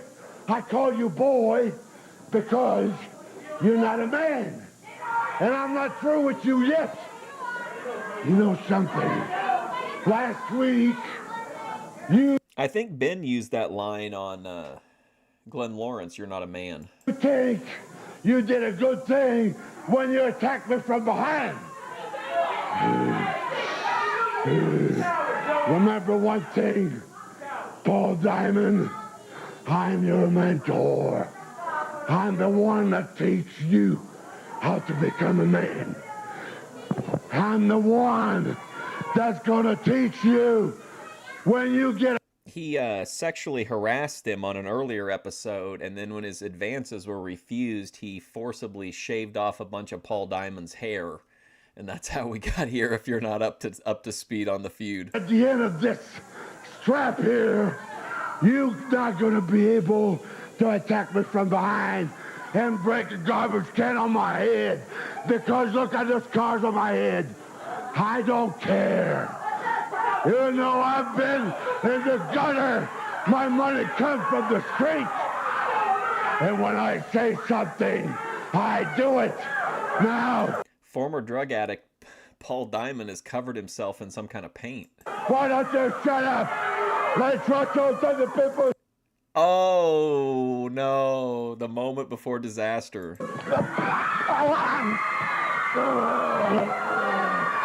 Joe LeDuc, you said you're going to teach me to be a man. Well, I was already a man. But you taught me one thing. Yeah, it works to attack somebody from behind, Joe. Now, let me tell you something. This is not over yet. I'll be after you every chance I get, brother. Yeah, those are scars from blading, yeah. Paul Diamond, who came roaring. I mean, look, he great look. I think it's at least interesting. It's better than his previous gimmick of being a former drug addict, but the voice just, I can't, his promo's still not there. But he that was a nice kick. And slipped in behind. Joe LeDuc kicked him right in the throat as he nailed him with that side kick.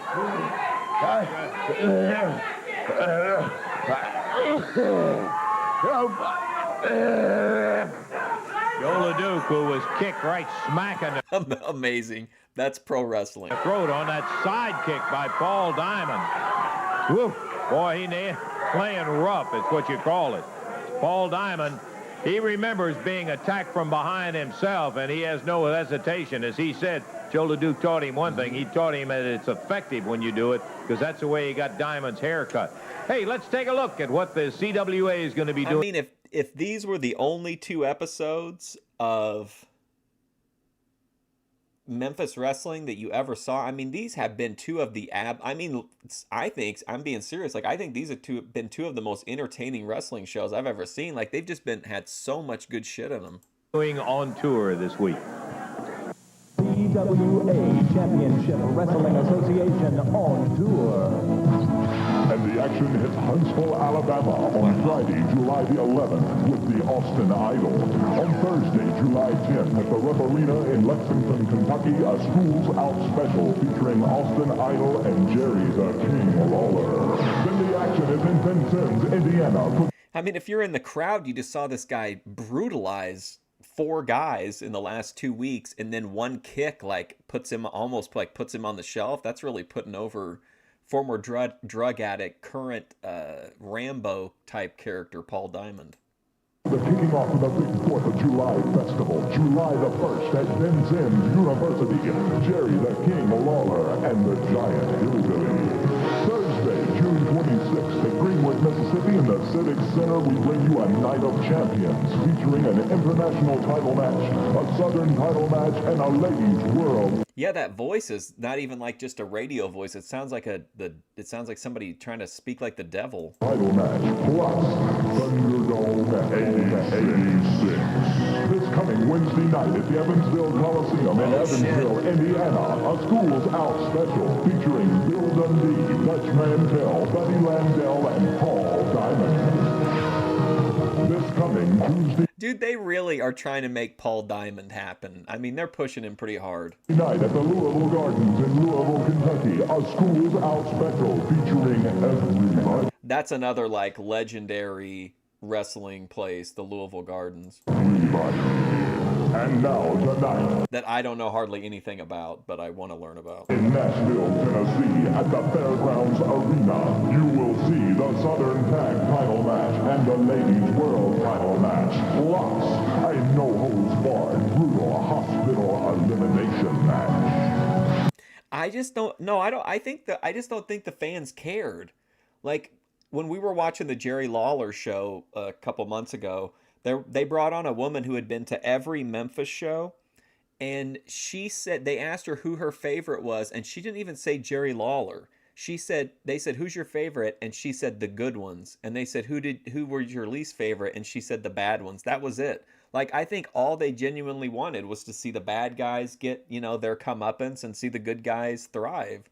Like I said, I wish I had that. Like, I wish I could get that into it like they do. Like, I appreciate it, and it's, like, incredibly entertaining, but I wish I could, like, super buy into it like they do. But you'd have to be there live, and I'm sure that has a lot to do with it, too. Tickets available in all usual locations. You've seen the rest. Now see the best. See the best. Brought to you by the Championship Wrestling Association on tour. The matches we're watching were free, but I think Lance Russell said that the tickets to the next Evansville show were $2 for general admission. So, like, probably up ringside was more, but you could get in for $2. And that included a title tournament. In the ring right now, it is Paul Diamond and his partner, Mr. Liberty. Going to be going against a... Oh, hell yes. I'm sold on Mr. Liberty. I love patriotic American wrestling characters. Wow, what a Mr. Liberty. And a Rambo guy, I'm in. Brand new tag team that we have not seen here before. Here they come. And they have him painted up like Borderlands or something. He looks like he's cell shaded.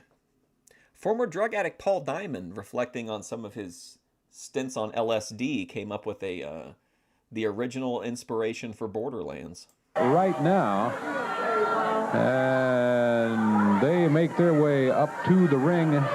These are the Dirty Black Boys with Hold on, say what now? Let me tag team that we have not seen here before. Here they come right now. And they make their way up to the ring. These are the Dirty Black Boys with their manager in their corner. Don't know the manager, don't know the Dirty Black Boys, and I've never seen Diamond. Well, gosh, I don't really know what to say to this. And Mr. Liberty together, so this could be an interesting match. It's going to be to the expiration of time. We'll see what happens here. We will learn something about it. We'll have to call them number 1 and 2. I don't know any other thing. Not the biggest guys in the world. Diamond.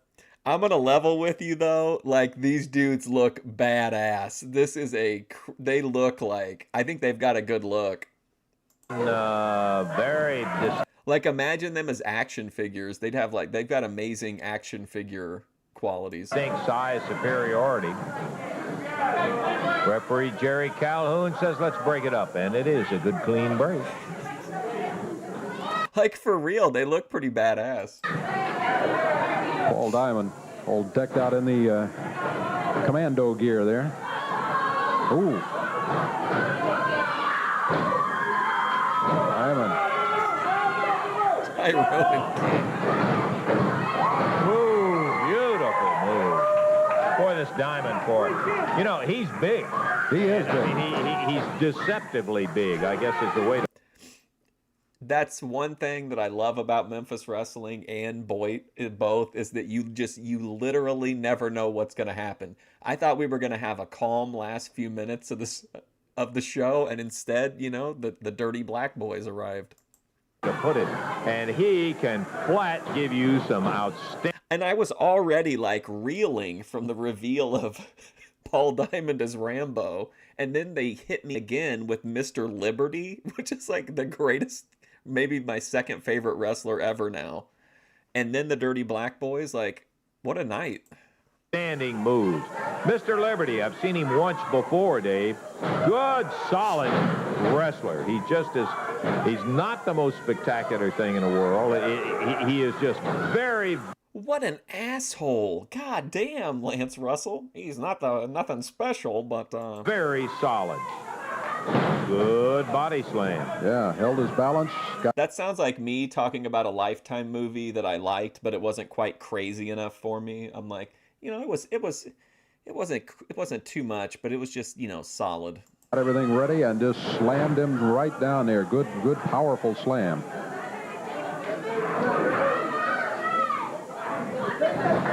Mr. Liberty making the tag. Here's Paul Diamond back in. Dude, like, legit, Mr. Liberty has a great look. I think he looks really cool. I'm probably just, like, associating him with, like, a combination of Hulk Hogan, the Blue Blazer, and Kurt Angle.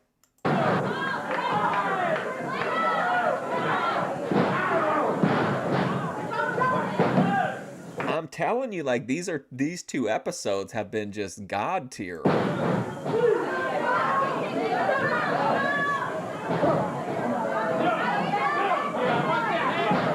This new team called the Dirty Black Boys making a tag. Dave Brown is saying it just to say it at this point.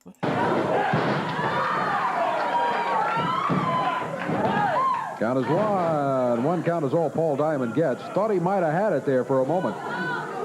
Coming up on the 2-minute mark of the match, Paul Diamond. Nice move there. Counts at 2, but he can't make it stick for a 3 count.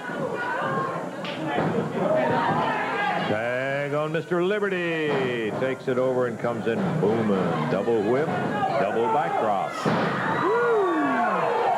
I liked Del Wilkes. Literally the only stuff I've seen of him as the Patriot is in WWF, but I thought his feud with Bret Hart was great, and I think he did one with Vader too, maybe, that I thought was okay. I have it, like, maybe because I was in the 80s and I was a Hulk Hogan fan, like, I feel like that's, like, I like patriotic gimmicks and characters like Kurt Angle and the Patriot. What was the other? What was the one? The Hulk Hogan gimmick where he had the Mr. America.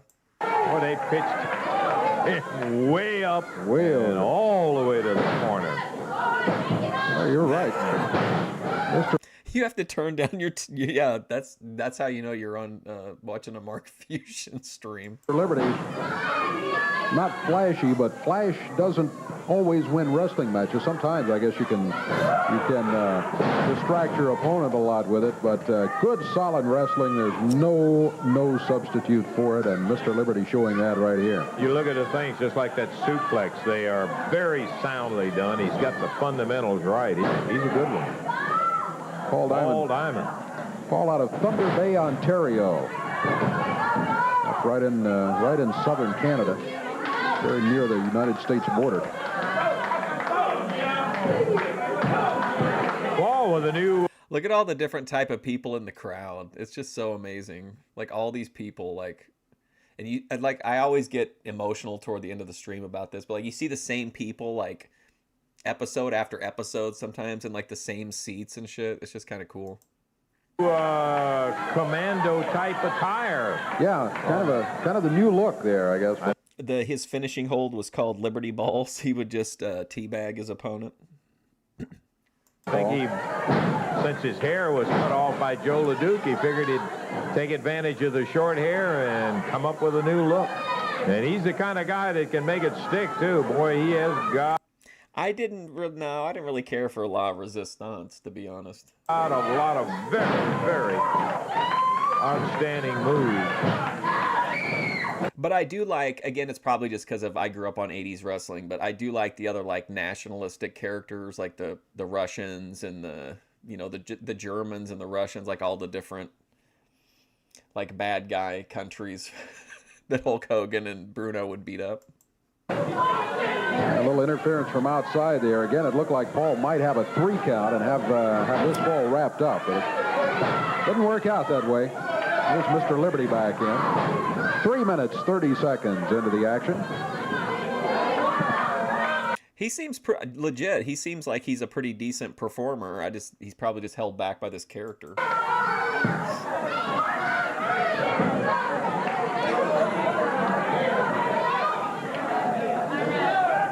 Mr. Liberty. It's still real to me, damn it, Joe. Got the arm up behind his back in a hammer position.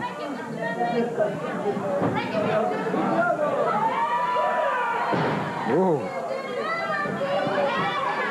Liberty really working on that left arm. He tags out. Look out. Watch it. Joe LeDuc and the Mod Squad, all of them jumping in the ring. And that's going to stop this. So they changed the name of this tag team to Rough and Ready? One right here, your official winners are going to be the tag team that just got jumped here.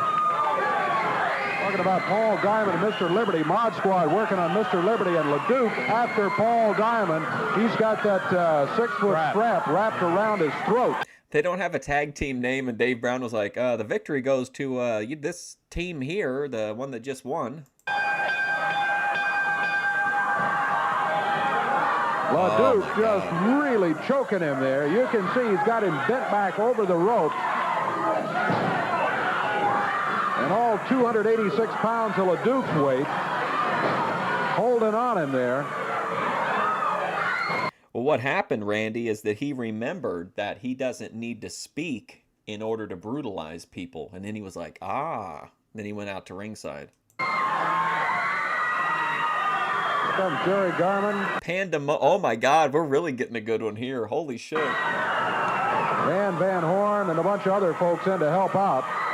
John Stewart over there, the Beach Boys. They finally hammer on LeDuc. It doesn't look like they hurt him, but at least they got him back off of there. Yeah. But they did get him to back away as he was really hanging down. When Van Horn comes out of the back, you know it's serious. Out on Paul Diamond with that strap around his throat. LeDuc came in with the Mod Squad, interrupted the match, and it's going to be a disqualification. So Paul Diamond and Mr. Yeah, the Beach Twins came out there. Mr. Liberty will win that first fall. We've got more time. We'll take time out and be back in a moment. That's always such a lie. They're like, stay tuned, we've got a lot more coming up, and it's Dave Brown slurring through the results.